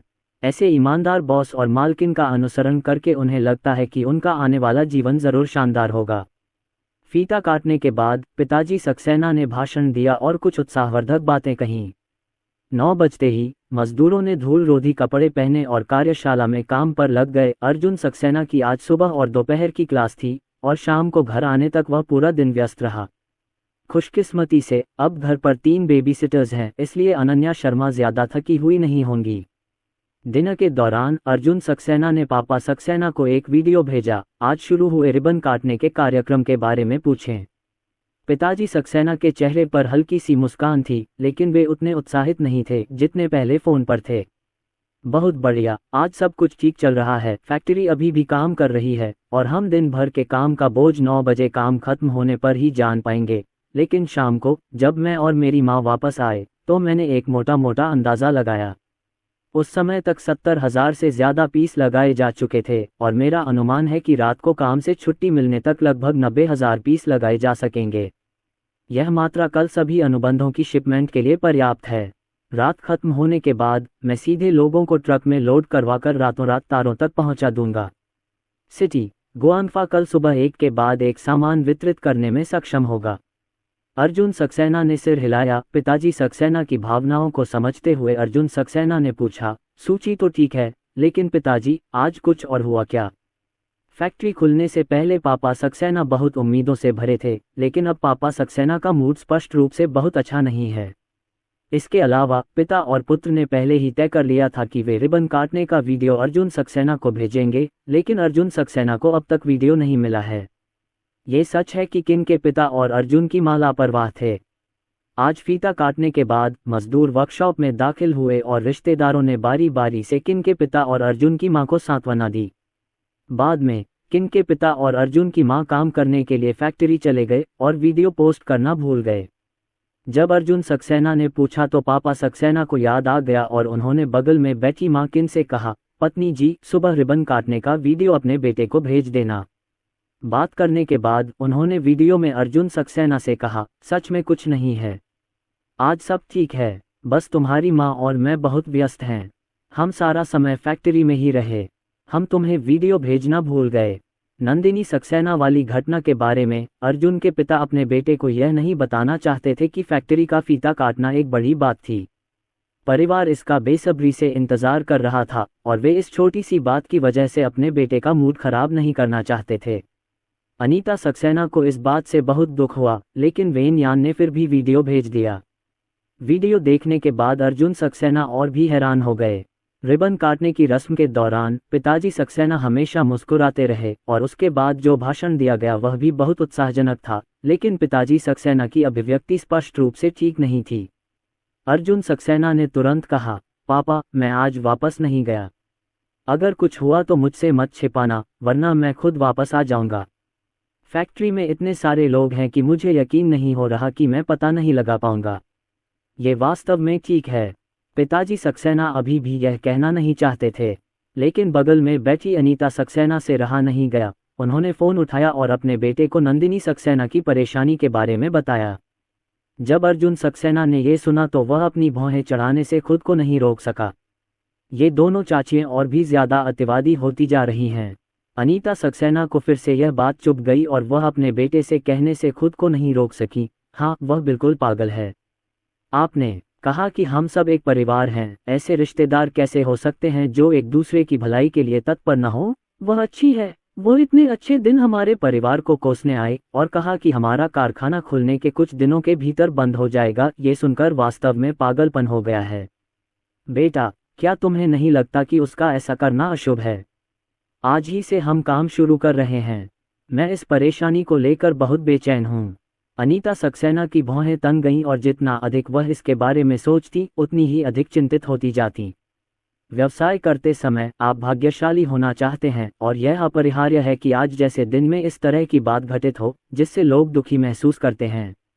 अर्जुन सक्सेना की बात सुनते ही वह तुरंत बोला, माँ, आप इस बारे में चिंता न करें। मैंने हमारी फैक्ट्री का साइट सिलेक्शन देख लिया है और फेंग शुई ब्यूरो भी कर लिया है। नंदिनी सक्सेना तो हंगामा मचाना चाहती है, पर उसकी इतनी औकात नहीं है। मैंने पिताजी को फेंग शुई ब्यूरो के लेआउट के बारे में विस्तार से बताया था और पिछले 2 हफ्तों में मैंने इस मामले को लागू भी कर दिया है। जब फेंग शुई ब्यूरो 10% हो जाएगा तो कोई भी हमारी फैक्ट्री को हिला नहीं पाएगा। हमारा परिवार केवल बेहतर और बेहतर ही होगा। बेटे की बात सुनकर सक्सेना माता पिता निश्चिंत हो गए। बेटे से कुछ और बातें करने के बाद वे फैक्ट्री के फेंग शुई ब्यूरो की व्यवस्था के लिए किसी व्यक्ति की तलाश करने पर विचार करने लगे। अर्जुन सक्सेना ने फ़ोन रख दिया तो बगल में बैठी अनन्या शर्मा बोली, पतिदेव, आपकी दूसरी बुआ फिर से बखेड़ा खड़ा कर रही हैं। आज इस मौके पर मेरे मम्मी पापा नाराज़ हो गए होंगे।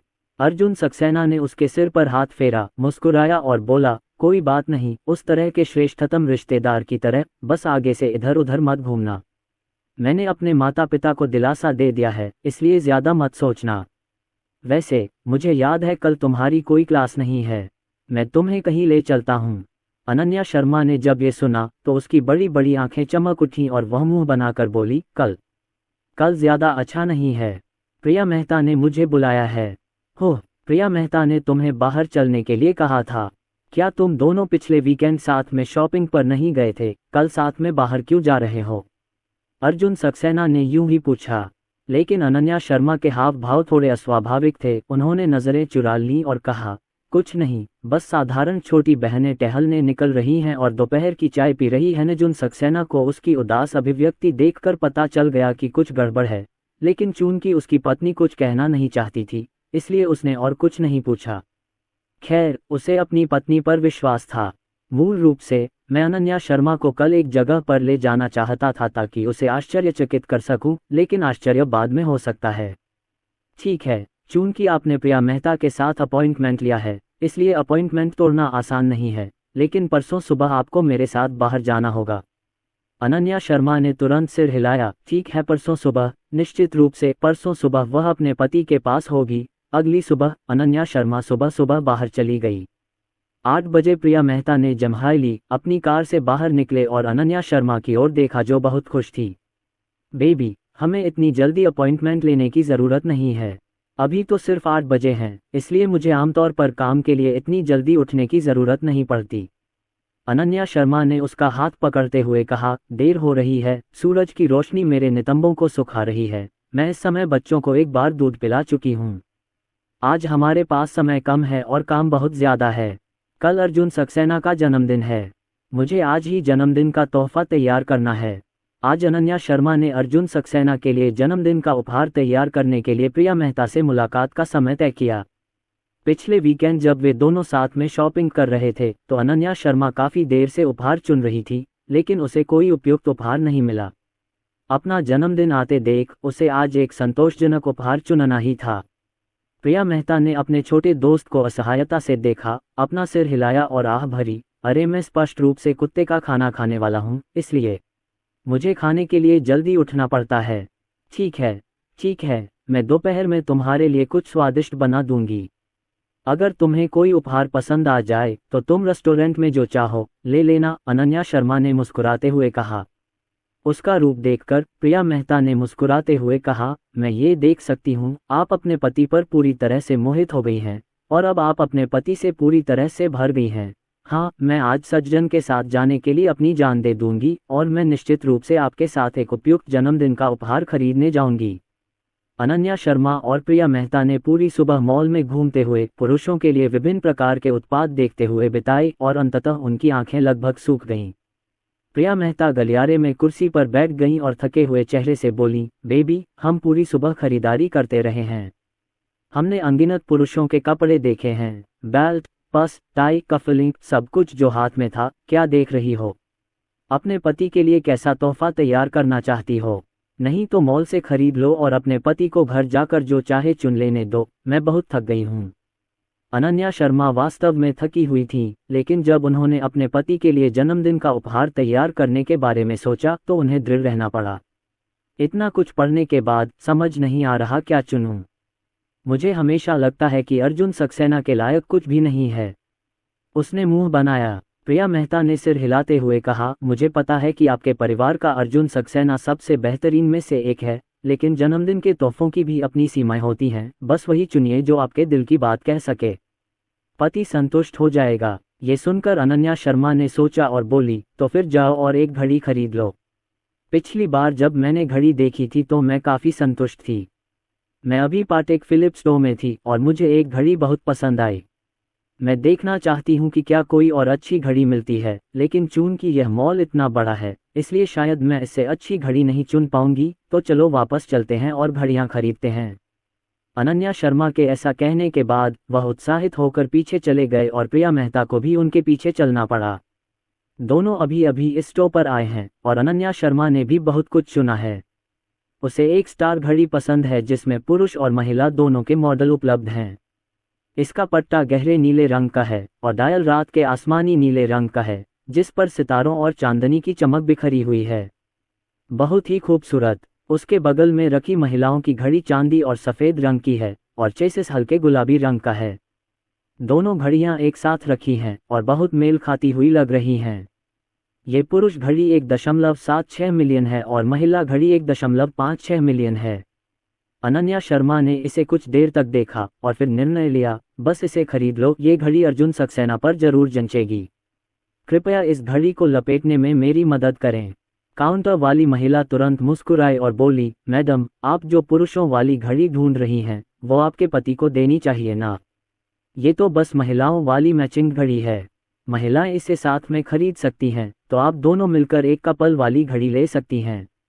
अनन्या शर्मा ने सिर हिलाया, ज़रूरत नहीं है, मुझे तो बस ये पुरुषों वाली घड़ी चाहिए। तुम इसे मेरे लिए पैक करके दे सकते हो। याद रखना, गिफ्ट बॉक्स अच्छा चुनना। काउंटर पर बैठी महिला ने कुछ और नहीं कहा और अपनी घड़ी लेकर चेकआउट करने के लिए फ्रंट डेस्क पर चली गई। बगल में खड़ी प्रिया मेहता ने पूछा, अनन्या, तुमने एक साथ 2 घड़ियां क्यों नहीं खरीदी? क्या यह अच्छी बात नहीं है कि तुम्हारे और तुम्हारे पति के पास प्रेमियों के लिए एक ही घड़ी है? अनन्या शर्मा ने अपना सिर हिलाया और कहा, भूल जाओ, आज मैं मूल रूप से अर्जुन सक्सेना के लिए जन्मदिन का उपहार चुनने आई थी, अपना जन्मदिन नहीं। और हमारा परिवार अगले साल घर नहीं खरीदने वाला है। उस घर की कीमत कम से कम 60 मिलियन होगी और अब मैं और अर्जुन सक्सेना दोनों व्यवसाय शुरू करने के शुरुआती चरण में हैं, इसलिए आपको पैसे बचाने होंगे, इसलिए बस अर्जुन सक्सेना के लिए जन्मदिन के उपहार के रूप में ये घड़ी खरीद लें। प्रिया मेहता ने अपने नन्हे दोस्त को हैरानी से देखा। उसे याद आया कि जब वह अनन्या शर्मा को जानता था, तब अनन्या शर्मा एक बिगड़ेल बुजुर्ग महिला थी। हालांकि वह पैसे खर्च नहीं करती थी, लेकिन कपड़े और बैग खरीदते समय पलक तक नहीं झपकाती थी। अंत में, मुझे उम्मीद नहीं थी कि शादी के बाद जीवन जीना इतना आसान हो जाएगा। अपने बारे में, यानी मूनलाइट कबीले के बारे में सोचते हुए, ये सचमुच अतुलनीय है। अनन्या, मुझे लगता है अब तुम सचमुच लाचार हो। तुम देखती हो कि तुम अपने पति पर पैसे खर्च करती हो, तुम्हें ज़रा भी परवाह नहीं, तुम्हें ज़रा भी बुरा नहीं लगता। अब तुम्हारी बारी है, तुम बस पैसे बचाना चाहती हो, तुम अपने पति के लिए। पर यह वाकई अच्छा है, इतना अच्छा कि मुझे ईर्ष्या हो रही है। लेकिन मैं आपको बता दूं, पिछली बार मैंने आपको जो सलाह दी थी, उस पर आप गौर कर सकते हैं। क्या आपने कपड़े देखे हैं? बुरे तो नहीं। कल रात आप इन्हें पहन लीजिए, खुद को एक गत्ते के डिब्बे में बंद कर लीजिए और डिब्बे को अपने कमरे में रख दीजिए। अंदर घर पर एक नोट चिपका दीजिए और अर्जुन सक्सेना से डिब्बा खोलने को कह दीजिए। जब अर्जुन सक्सेना डिब्बा खोलेंगे तो उन्हें ज़रूर सुखद आश्चर्य होगा। अनन्या शर्मा ने जब उस ड्रेस का जिक्र सुना तो उसका चेहरा एकदम से लाल हो गया। उसने उसे एक नखरे वाली नज़र से देखा और बोली, प्रिया, तुम्हें उस ड्रेस का जिक्र करते हुए कितनी शर्म आ रही है। सच में, मैंने मना किया था ना खरीदने के लिए, फिर भी तुम इतनी छुपी हुई हो। मैंने वो ड्रेस खरीद कर अपने बैग में रख ली। तुम्हें पता है घर पहुंचकर मुझे कितनी शर्म आती है। यह अभी भी बॉक्स से बाहर है। मोटा उन्होंने ऐसा कहा, लेकिन उन्हें लगा कि प्रिया मेहता ने जो सुझाव दिया था वह सचमुच अच्छा था। शर्मिला, वह ऐसा कैसे सोच सकती है? इतनी शर्मिंदा प्रिया मेहता चोर की तरह से अपनी आवाज़ धीमी की और कहा, आप सचमुच मेरे इस सुझाव पर विचार कर सकते हैं, आपको बिल्कुल सुखद आश्चर्य होगा।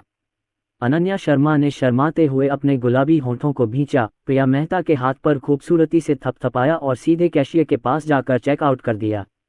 पति का जन्मदिन का तोहफा मिलने के बाद अनन्या शर्मा संतुष्टि के साथ प्रिया मेहता को डिनर पर ले गईं। शुरू में तो अच्छा ही हुआ कि प्रिया मेहता आज रेस्टोरेंट चुन पाईं, लेकिन जब खाने का समय हुआ तो प्रिया मेहता अनन्या शर्मा को मॉल से बाहर ले गईं और बाहर गली में एक फ्लाई रेस्टोरेंट ढूंढ निकाला। दोनों ने 3 डिश और एक सूप ऑर्डर किया। इसकी कीमत 100 रुपये से भी कम थी। न सिर्फ किफ़ायती, बल्कि स्वाद में भी लाजवाब। आखिरकार, यह एक पुरानी दुकान है जो दशकों से खुली है। अनन्या शर्मा ने प्रिया मेहता की ओर देखा और भावुक भाव से कहा, प्रिया, आप मेरे प्रति बहुत दयालु हैं। प्रिया मेहता गर्व से मुस्कुराए और बोली, बिल्कुल, मैं तुम्हारी सबसे अच्छी दोस्त हूँ। अब जब तुम पैसे बचा रहे हो तो मैं भी तुम्हारे पैसे बचाऊंगी। अनन्या शर्मा और भी भावुक हो गईं और आत्मविश्वास से बोली, प्रिया, चिंता मत करो, ऐसे दिन ज़्यादा दिन नहीं रहेंगे। जब मेरी एनिमेशन कंपनी खुलेगी तो मैं खूब मेहनत करके पैसे कमाऊंगी और फिर तुम्हें खूब खाना खिलाऊंगी। उफ़, ठीक है, तो मैं तुम्हारे खाने का इंतज़ार करूंगा। दोनों गर्लफ्रेंड एक साथ हंसती थीं और उनमें से किसी के पास पैसे की कमी नहीं थी, लेकिन आज के जीवन को एक दुर्लभ अनुभव माना जा सकता है। दोपहर के खाने के बाद अनन्या शर्मा खरीदा हुआ तोहफा लेकर घर चली गई। हालांकि घर पर 2 और बेबीसिटर्स हैं, फिर भी इतने लंबे समय तक बच्चों से दूर रहने के बाद उसे बेबीसिटर्स की याद आती है। प्रिया मेहता भी समझ गईं कि अब वह मां बन चुकी हैं, इसलिए उन्होंने ज़्यादा कुछ नहीं कहा और उन्हें वापस भेज दिया। दरवाजे में घुसने से पहले अनन्या शर्मा ने नई खरीदी हुई घड़ी को ध्यान से अपने बैग में रखा और देखते ही उसे किसी चीज़ से ढक दिया। यह उसके पति के लिए जन्मदिन का तोहफा है। उसे इसे अभी छुपाना है और कल सुबह निकालकर अपने पति को देना है। सरप्राइज में वापस आऊंगी, अनन्या शर्मा ने दरवाजे में प्रवेश करते ही उत्साह से चिल्लाया। ये बात आज भी अर्जुन सक्सेना से सीखी जाती है, क्योंकि घर पर 3 छोटे बच्चे हैं जो उनके घर आने का इंतजार कर रहे हैं। इसलिए जब भी अर्जुन सक्सेना घर आएगा तो वह चिल्लाएगा, जिससे बच्चे तुरंत खुश हो जाएंगे। जैसे ही अनन्या शर्मा ने बोलना समाप्त किया, लिविंग रूम से उत्साहित होकर चिल्लाने की आवाज़ें आने लगीं और तीनों छोटे बच्चे आवाज़ निकालने के लिए आपस में भिड़ गए। आन्या और रिया अभी बोल नहीं पाती और वे अब भी यया से अपनी खुशी जाहिर करती हैं, लेकिन आरव अलग है। उसने बाबा का उच्चारण सीख लिया है, इसलिए अब जब भी वह उत्साहित होता है तो उसे बाबा कहता है। अनन्या शर्मा असहाय होकर हंस पड़ी जब उन्होंने अपने बेटे को एक के बाद एक चिल्लाते हुए सुना। आरव, मैं बाबा नहीं मामा हूँ। मेरा बड़ा बेटा मामा कहलाना कब सीखेगा? उसके स्वर में थोड़ा स्वाद था। आरव माँ की शिकायत नहीं सुन सका और जब उसकी माँ ने उसे गले लगाया तो वह धीरे से झुक गया। उसके छोटे हाथों ने अनन्या शर्मा की गर्दन को गले लगा लिया, जो अंतरंगता व्यक्त करने के लिए खुशी से उसके खिलाफ रगड़ रहे थे। आन्या और रिया, जिन्हें अभी तक गले नहीं लगाया गया था, उत्सुकता से मामा को चटाई पर खींच रही थीं। अनन्या शर्मा के पास अपनी दोनों बेटियों की ओर सिर घुमाने के अलावा कोई विकल्प नहीं था और बोली, आन्या, रिया, 1 मिनट रुको, मामा गले लगते हैं भाई, बस आकर गले लग जाओ, ठीक है। आन्या को नहीं पता था कि वह इस वाक्य को समझ पाई है या नहीं, लेकिन जब अनन्या शर्मा ने बोलना समाप्त किया और मुड़ी, तो उस छोटे लड़के ने अपना छोटा सा हाथ वापस ले लिया और एक पल के लिए चटाई पर लेट गया। केशिन को अभी भी समझ नहीं आया। वह अपने सामने खड़ी मामा को देखती रही और अपने हाथों से खुजाती रही। इस समय स्टूडियो में मौजूद अर्जुन सक्सेना ने आवाज़ सुनी, बाहर आए और चिंतित छोटी बेटी को देखा और जल्दी से आगे बढ़कर उसे उठा लिया। केशिन, रो मत, पिताजी तुम्हें गले लगा रहे हैं। अनन्या शर्मा ने भी इस समय आरव को नीचे उतारा, नीचे झुकी और यूटोन को अपनी बाहों में जकड़ लिया। आन्या, क्या आज सुबह तुम्हें अपनी माँ की याद आई? अनन्या शर्मा ने धीरे से पूछा। आन्या अभी भी अपनी बाहों में सिर झुकाए हुए थी और उसके छोटे से चेहरे पर अभिव्यक्ति थोड़ी उदास दिख रही थी। अर्जुन सक्सेना और अनन्या शर्मा ने इसे देखा, लेकिन उनमें से किसी को भी इसका कारण पता नहीं चला और वे निराशा से एक दूसरे को देखने लगे। कुछ देर तक तीनों बच्चों के साथ खेलने के बाद अनन्या शर्मा ने आंटी झांग को एक तरफ बुलाया। जब से आंटी झांग और आंटी चेन आई हैं, तीनों आंटियों की जिम्मेदारियां स्पष्ट रूप से बढ़ गई हैं। आंटी वांग मुख्य रूप से आरव की देखभाल करती हैं, आंटी झांग आन्या की देखभाल करती हैं, आंटी चेन केशिन की देखभाल करती हैं और तीनों का अपना बच्चा भी है। लेकिन साथ ही जब तीनों बच्चे एक साथ होते हैं तो उनकी देखभाल और साथ साथ रहने की भी ज़रूरत होती है। चूंकि आंटी झांग ही अनन्या के सारे काम संभालती हैं, इसलिए अनन्या शर्मा ने अब आंटी झांग से पूछा, आंटी झांग, आज सुबह कुछ हुआ क्या? अभी अनन्या ज़्यादा खुश नहीं लग रही थी। चाची झांग हैरान दिखीं और ध्यान से सोचने लगीं। नहीं मिस सू, कुछ बच्चे सुबह सो गए थे। जागने के बाद हम उन्हें चटाई पर खिलौनों से खेलने के लिए ले गए और तीनों नन्ही खजाने बहुत खुश थीं। आन्या ने भी कोई असामान्यता नहीं दिखाई। बच्चे हमेशा साथ रहे हैं। जियाओ वांग और जियाओ चेन भी साथ रहे हैं। आप उनसे पूछ सकते हैं। आन्या वाकई दुखी नहीं है। जब अनन्या शर्मा ने ये सुना तो उसने सिर हिलाया और कहा, ठीक है, मैं देखती हूँ। आंटी झांग, घबराए नहीं, मैंने अभी देखा कि अनन्या अभी बहुत खुश नहीं थी, इसलिए मैं पूछना चाहती थी, क्योंकि कुछ नहीं हुआ तो अन्य कारण हैं। जब मैं वापस आया तो आन्या भी बहुत खुश थी, मैंने ये देखा। आंटी झांग को जाने देने के बाद अनन्या शर्मा अभी भी अपनी बेटी की हालत को लेकर थोड़ी चिंतित थी, लेकिन अब तीनों नन्ही बच्चियां लिविंग रूम में रेंगने वाली चटाई पर खिलौनों से खेल रही थीं और अनन्या बहुत खुश थी। लगता है उदासी का दौर बीत गया है। अनन्या शर्मा ने कुछ देर तक देखा और उन्हें यकीन हो गया कि उनकी बेटी दुखी नहीं है, इसलिए उन्हें राहत महसूस हुई। बाद में आंटी झांग अनन्या शर्मा के पास आई और अनन्या शर्मा से कहा कि अनन्या आज अचानक दुखी हो गई है और उसे चले जाना चाहिए। खो गए? अनन्या शर्मा ने संदेह से पूछा। छोटे बच्चे अभी भी बहुत छोटे हैं, क्या आपको नुकसान का पता है? आंटी झांग ने अनन्या शर्मा को बताया कि एक से ज़्यादा बच्चों के जन्म के बाद वे अपने माता पिता से ज़्यादा ध्यान पाने के लिए प्रतिस्पर्धा करेंगे और उनसे ज़्यादा ध्यान पाना चाहेंगे। अगर किसी एक को कम ध्यान मिलेगा तो वे खुद को खोया हुआ महसूस करेंगे। मिस सू, मैंने आज उस समय की स्थिति का जायज़ा लिया। जब मिस सू पहली बार वापस आई तो उन्होंने कहा कि पहले आरव को पकड़ लो, फिर आन्या और रिया को। रिया शायद अभी तक समझदार नहीं हुई है और उसे नुकसान की समझ नहीं है, लेकिन आन्या को तो समझ आ जाना चाहिए था। इसलिए जब उसने मिस्सू को आरव को पकड़े देखा तो उसे न पकड़े जाने पर वह उदास और खोई हुई हो गई। फॉलो अप सामान्य हो गया क्योंकि मिस्सू उसके साथ खेलती रहीं। बच्चे भी बहुत भुलक्कड़ होते हैं, इसलिए वह इस बारे में भूल गईं। अनन्या शर्मा याद करती हैं कि उस समय उन्हें ऐसा ही लग रहा था। उन्हें उम्मीद नहीं थी कि इससे उनकी दूसरी बेटी खोई खोई सी महसूस करेगी। लगता है अगली बार जब वह वापस आएगी तो तीनों शावकों को एक साथ गले लगा लेगी ताकि वे खोया हुआ महसूस न करें। निष्पक्ष व्यवहार। उसने सिर हिलाया और जब अर्जुन सक्सेना वापस आया तो उसने अर्जुन सक्सेना को भी इस मामले के बारे में बताया और दोनों भविष्य में इस पर अधिक ध्यान देंगे। बच्चे अब बड़े होते जा रहे हैं और उनकी अपनी भावनाएं भी होने लगेंगी, साथ ही नोट्स वगैरह भी। दोपहर में अर्जुन सक्सेना की आखिरी 2 क्लासें थीं। उसके स्कूल जाने के बाद अनन्या शर्मा ने तुरंत कार्रवाई की। जो बच्चे अभी सोए थे वे अभी अभी जागे हैं और अनन्या शर्मा ने पहले उन्हें कुछ प्रशिक्षण देने का निर्णय लिया ताकि वे कल सुबह स्थिरता से काम कर सकें। क्योंकि कल अर्जुन सक्सेना का जन्मदिन है, वह अर्जुन सक्सेना को बच्चों के साथ आश्चर्यचकित करना चाहती है। तीनों छोटे बच्चों को सोफे पर बिठाकर एक पंक्ति में बैठाकर अनन्या शर्मा ने एक छोटी सी बेंच ली और बच्चों के सामने बैठ गईं। जब मैं पिछली बार शारीरिक परीक्षण के लिए गई थी तो डॉक्टर ने कहा था कि बच्चे पहले से ही 5 महीने के हैं और उन्हें सही ढंग से बैठने का अभ्यास कराया जा सकता है, लेकिन केवल तभी जब बच्चों में स्वायत्त इच्छा शक्ति हो। अर्जुन सक्सेना और अनन्या शर्मा ने खेलते समय बच्चों का ध्यानपूर्वक निरीक्षण किया और पाया कि तीनों नन्हे बच्चे वास्तव में बैठकर खेलना पसंद करते थे, विशेषकर तब जब वे उनकी गोद में बैठे होते थे। ये जानने के बाद अनन्या शर्मा अक्सर बच्चों के साथ खेलते समय जानबूझकर इस बात का प्रशिक्षण देती हैं, जैसे कि बच्चों को पालथी मारकर बैठाना, बच्चों को अपनी गोद में इस तरह बिठाना कि उनकी पीठ उनके शरीर से सटी हो, या फिर सोफे पर।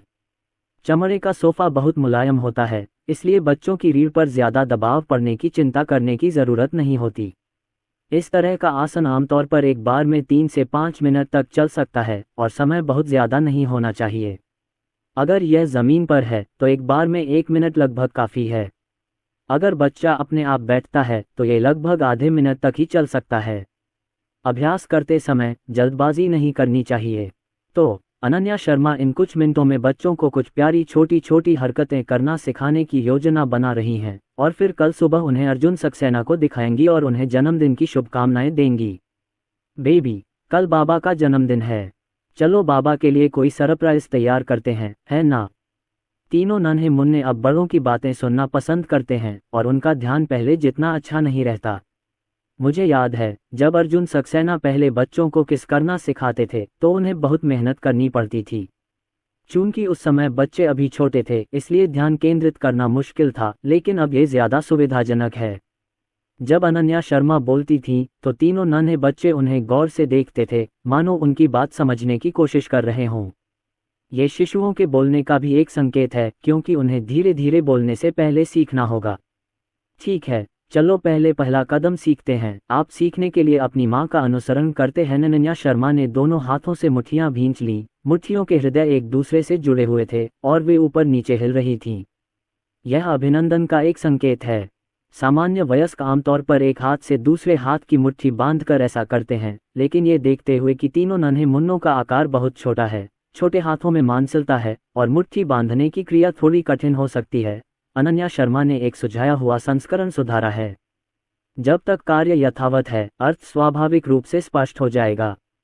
तीनों बच्चे अपनी माँ की हरकतों को देखते और ध्यान से समझ जाते कि वह क्या कहना चाहती है। आरव हमेशा से इस मामले में सबसे होशियार रहा है। जब तक वह खुद को छोड़ने पर ध्यान केंद्रित नहीं करता, वह कुछ आसान आदेशों को उस स्तर पर सुन लेगा जिस स्तर पर वह भी बोल सकता है। कोई समस्या नहीं। इसलिए जब अनन्या शर्मा ने धैर्यपूर्वक 2 बार इसका प्रदर्शन किया तो आरव इसे आजमाने के लिए उत्सुक हो गया। छोटे लड़के ने दोनों हाथों से अपनी मुट्ठियां भींच लीं और मांसल छोटी मुट्ठियां कुछ बार अस्थायी रूप से बंद हुईं और अंततः एक साथ बंद हो गईं। हाँ आरव, बस इतना ही। इसके बाद मेरी माँ अनन्या शर्मा के साथ ऊपर नीचे झूले। आरव की प्रतिक्रिया मिली और तुरंत गर्मी में लोहे पर वार किया। उसे जल्दी से यह चाल सिखाना चाहती थी। इस समय बगल में बैठी आन्या सचमुच अपनी मुट्ठियां भींच रही थी।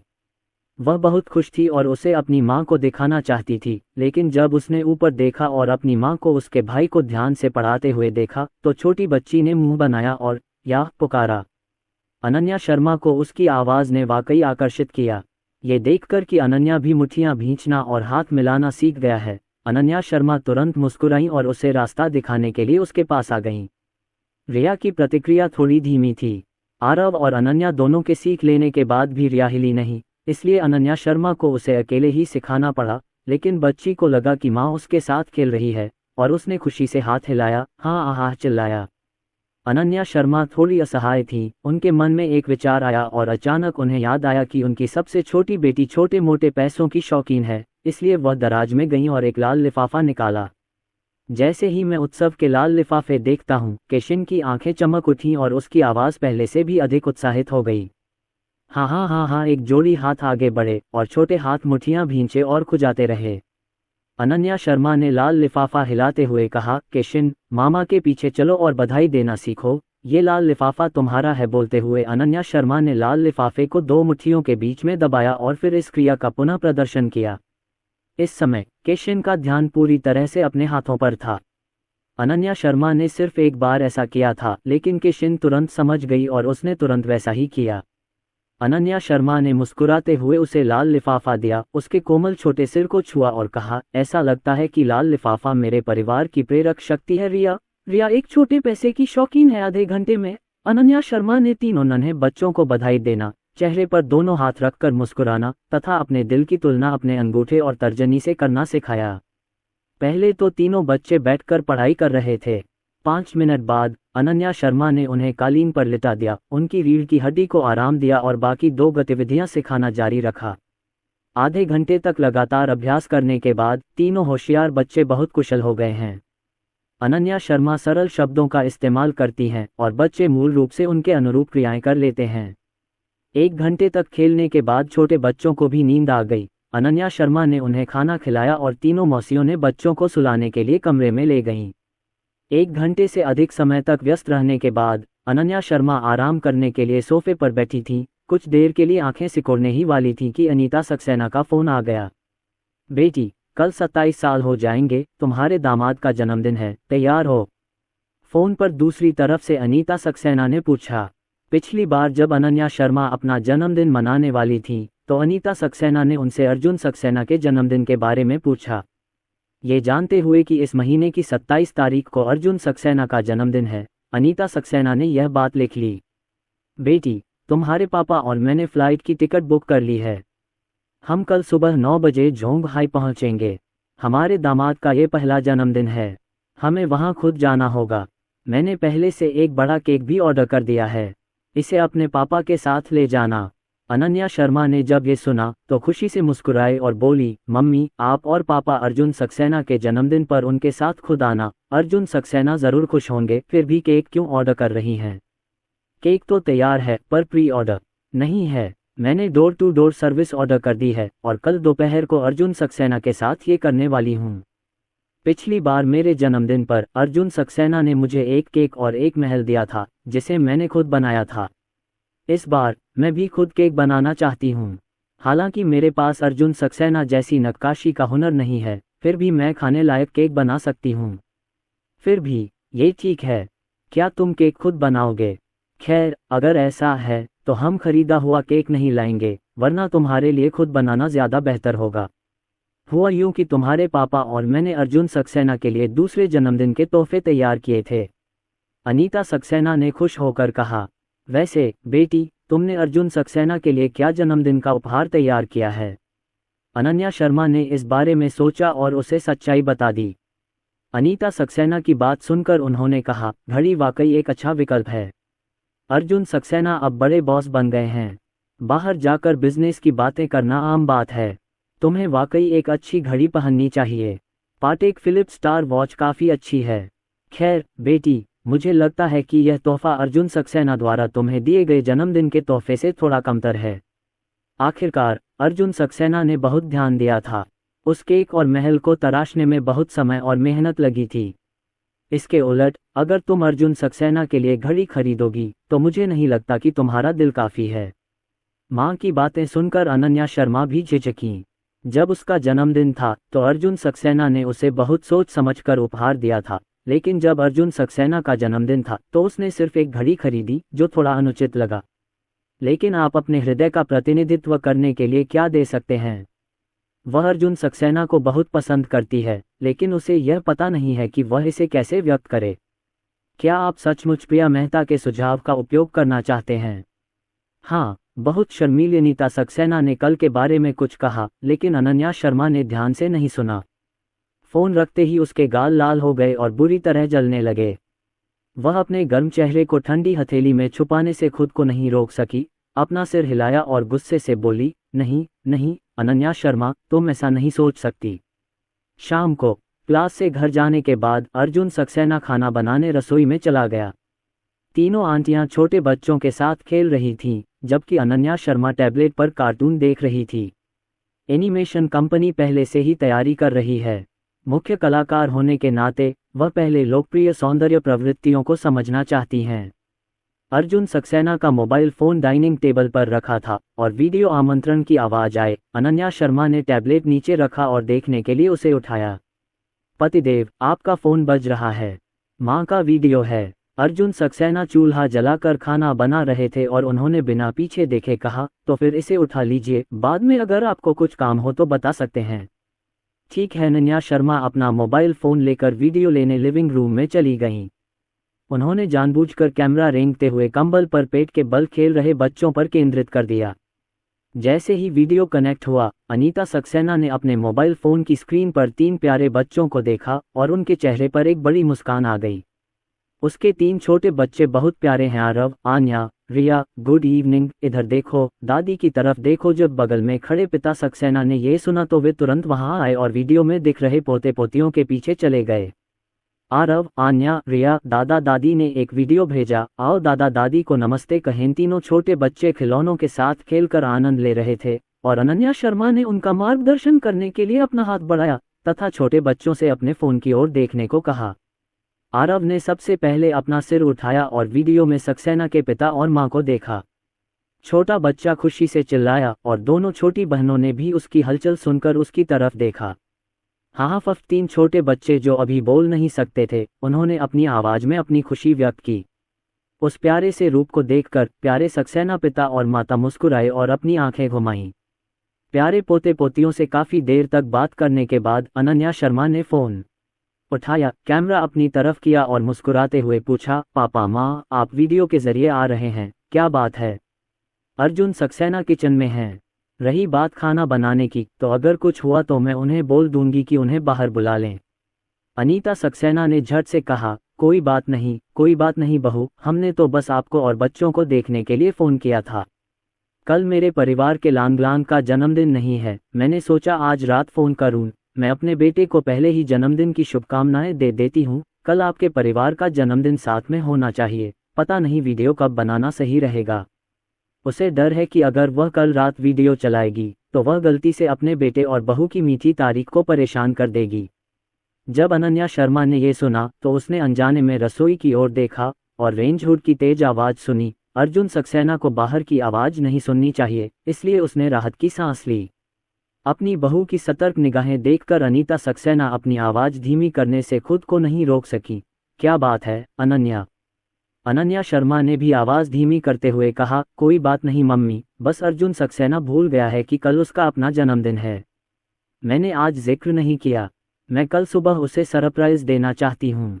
अनीता सक्सेना को अचानक एहसास हुआ और उन्होंने प्रसन्नतापूर्वक कहा, ये सही है, ये सौभाग्य की बात है कि आपने यह वीडियो उठा लिया, अन्यथा कल सुबह कोई आश्चर्य नहीं होता। तो चलो जल्दी करो और बात करना बंद करो, वरना खाना बनाने के बाद अर्जुन की बात सुनकर बुरा लगेगा। अनन्या शर्मा मुस्कुराते हुए बोली, ठीक है मम्मी, दिन में थोड़ा वक्त लगेगा, लेकिन आज रात अर्जुन सक्सेना को उसके जन्मदिन के बारे में नहीं बताते, ताकि कल सुबह अर्जुन सक्सेना को सरप्राइज का एहसास हो। मम्मी पापा अर्जुन सक्सेना का जन्मदिन मनाना चाहते हैं, फिर कल दोपहर को फ़ोन करेंगे। मेरे माता पिता ने भी मुझे दोपहर में फ़ोन किया और कहा कि वे कल सुबह 9 बजे जोंगहाई पहुंचेंगे और हम दोपहर में एक साथ भोजन कर सकते हैं। अनीता सक्सेना ने ये सुना, उनके चेहरे पर एक राहत भरी मुस्कान थी और उन्होंने थोड़े अफसोस के साथ कहा, मेरे ससुर और मेरी माँ वास्तव में चौकस हैं और यहाँ तक कि लैंगलांग का जन्मदिन व्यक्तिगत रूप से मनाने के लिए भी गए थे। आपके पिता और मैं भी जाना चाहते थे, लेकिन अब जब कारखाना शुरू हो गया है तो बहुत सारे काम करने हैं और हम दोनों वास्तव में नहीं छोड़ सकते। बेशक बुजुर्ग दंपत्ति भी अपने बेटे का जन्मदिन व्यक्तिगत रूप से मनाना चाहते थे, लेकिन बदकिस्मती से फैक्ट्री में लोगों के बिना काम नहीं चल सकता था। और तो और उनके बेटे द्वारा बनाए गए फेंग शुई ब्यूरो के अनुसार अर्जुन के पिता को निर्माण कार्य के लिए मजदूर भी मिल गए थे, और अनीता सक्सेना भी। मैं तो दूर नहीं जा सकती, दिन में बस वहीं देखती रह सकती हूँ। अनन्या शर्मा ने समझदारी दिखाई और अनीता सक्सेना को दिलासा देते हुए कहा, कोई बात नहीं मम्मी, अर्जुन सक्सेना समझ जाएगा। वैसे भी हम अभी मिड ऑटम फेस्टिवल में ही मिले हैं। अभी बिजनेस का शुरुआती दौर है और मेरे माता पिता भी अपने पारिवारिक बिजनेस में व्यस्त हैं। तो ठीक है, तो फिर मेरे पिताजी और मैं कल दोपहर में आपके लिए एक वीडियो बनाएंगे। वीडियो में हम अर्जुन सक्सेना को उसका जन्मदिन साथ मिलकर मनाने में मदद करेंगे। अनीता सक्सेना ने वीडियो कॉल रख दी, अपना सिर घुमाया और अर्जुन के पिता से बोली, लेकिन हमारे बहू बेटे का रिश्ता तो देखो। पिछली बार जब मेरी बहू ने अपना जन्मदिन मनाया था तो मेरे बेटे ने पहले से ही एक सरप्राइज तैयार कर रखा था। इस बार हमारा बेटा अपना जन्मदिन मना रहा है और हमारी बहू भी कल सुबह उसे एक सरप्राइज देने वाली है। पिताजी सक्सेना ने कहा, जब वे छोटे होते हैं तो उन्हें आश्चर्य पसंद होता है। माँ ने असंतुष्ट होकर अपना सिर घुमा लिया और धीरे से बोली, आश्चर्य किसे पसंद नहीं होता? क्या सिर्फ युवा ही आश्चर्य का आनंद ले सकते हैं? पापा सक्सेना ने यूं ही सहजता से जवाब दिया, पर उन्हें उम्मीद नहीं थी कि उनकी पत्नी मुसीबत में पड़ जाएंगी। उन्होंने झट से अपनी पत्नी का कंधा पकड़ा और मना लिया, हाँ, मेरी पत्नी को भी सरप्राइज पसंद है। अगली बार तुम्हारे जन्मदिन पर मैं भी तुम्हारे लिए एक सरप्राइज तैयार करूंगा। एक बड़ा सरप्राइज। अनीता सक्सेना ने संतुष्टि से मुस्कुराते हुए उसे घूरा और कहा, बोलो, मेरे जन्मदिन पर मुझे सरप्राइज मिलने तक इंतजार करो। शाम को तीनों बच्चों को सुला देने के बाद अनन्या शर्मा ने अर्जुन सक्सेना को बताया कि अनन्या दिन में अचानक से दुखी हो गई थी। हर रात सोने से पहले दोनों एक दूसरे से बातचीत करते थे, जिसमें वे काम, जीवन और बच्चों के बारे में बात करते थे, और उसके बाद ही आधिकारिक तौर पर सोने जाते थे। अनन्या शर्मा की बात सुनकर अर्जुन सक्सेना भी हैरान रह गए। उन्हें उम्मीद नहीं थी कि नन्हे मुन्नों को अभी से ही नुकसान का एहसास होने लगा है, इसलिए उन्हें अब ज्यादा ध्यान देना चाहिए। एक अभिभावक के रूप में आपको एक कटोरी पानी की आवश्यकता होती है। सच में, ये वाकई मुश्किल है। अगर परिवार में सिर्फ एक बच्चा हो तो ठीक है, 2 बच्चे हों तो थोड़ा बेहतर है, लेकिन कभी कभी पानी का एक कटोरा भी नहीं मिल पाता। 3 बच्चों के साथ तो कठिनाई और भी अधिक हो जाती है। हालांकि चाहे ये कितना भी मुश्किल क्यों न हो, माता पिता के रूप में वे उनके साथ समान व्यवहार करने की कोशिश करेंगे और अन्य छोटे बच्चों की उपेक्षा नहीं करेंगे। अगली सुबह अर्जुन सक्सेना हमेशा की तरह 7 बजे उठ गए। उसके बगल में अनन्या शर्मा और पालने में बच्चे अभी भी गहरी नींद में सो रहे थे। वह धीरे से उठा, अपने कपड़े पहने और नाश्ता बनाने चला गया। हर सुबह यही होता है। मैं 7 बजे उठती हूँ और अनन्या शर्मा आमतौर पर 7:30 बजे उठती हैं। उस समय बच्चे लगभग जाग जाते हैं, दूध पिलाने के लिए उठती हैं और 8 बजे नाश्ता करती हैं। आमतौर पर यदि 2 लोगों की सुबह कक्षा होती है तो वह आमतौर पर 8:30 बजे होती है, और रात के खाने के बाद स्कूल तक पैदल जाने में केवल 10 मिनट लगते हैं। 7:20 बजे अर्जुन सक्सेना ने तैयार स्प्रिंग रोल और साइड डिश इंक्यूबेटर में रख दिए और दलिया पक गया। उसने अपने कमरे में वापस जाकर अपनी पत्नी को जगाने के लिए गले लगाने की योजना बनाई। जैसे ही उसने शयनकक्ष का दरवाजा खोला, उसे अचानक एक धीमी आवाज सुनाई दी और उसके सामने रिबनों का एक बड़ा समूह फट गया। जन्मदिन मुबारक हो, पति। उनका स्वागत अनन्या शर्मा की मधुर मुस्कान से हुआ। अर्जुन सक्सेना एक क्षण के लिए स्तब्ध रह गए, फिर हंस पड़े और अपने सामने बैठी छोटी पत्नी को गले लगाने के लिए हाथ बढ़ाया। पत्नी को धन्यवाद, आज मेरा जन्मदिन है, मैं भूल गया। अगर तुम मुझे भूल जाओ तो मैं नहीं भूलूंगी। मेरे पति का जन्मदिन, मैं लंबे समय से इसका इंतजार कर रही थी और आखिरकार मैं अपने पति को उनका जन्मदिन मनाने में मदद कर सकती हूँ। अनन्या शर्मा ने प्यार से कहा, इधर आओ, बच्चे भी तुम्हें जन्मदिन की शुभकामनाएं देते हैं। स्टोरी पसंद आए तो like, comment, share and channel को सब्सक्राइब करो, और इसी तरीके का बेहतरीन कंटेंट के लिए हमारे टेलीग्राम ग्रुप को ज्वाइन करो।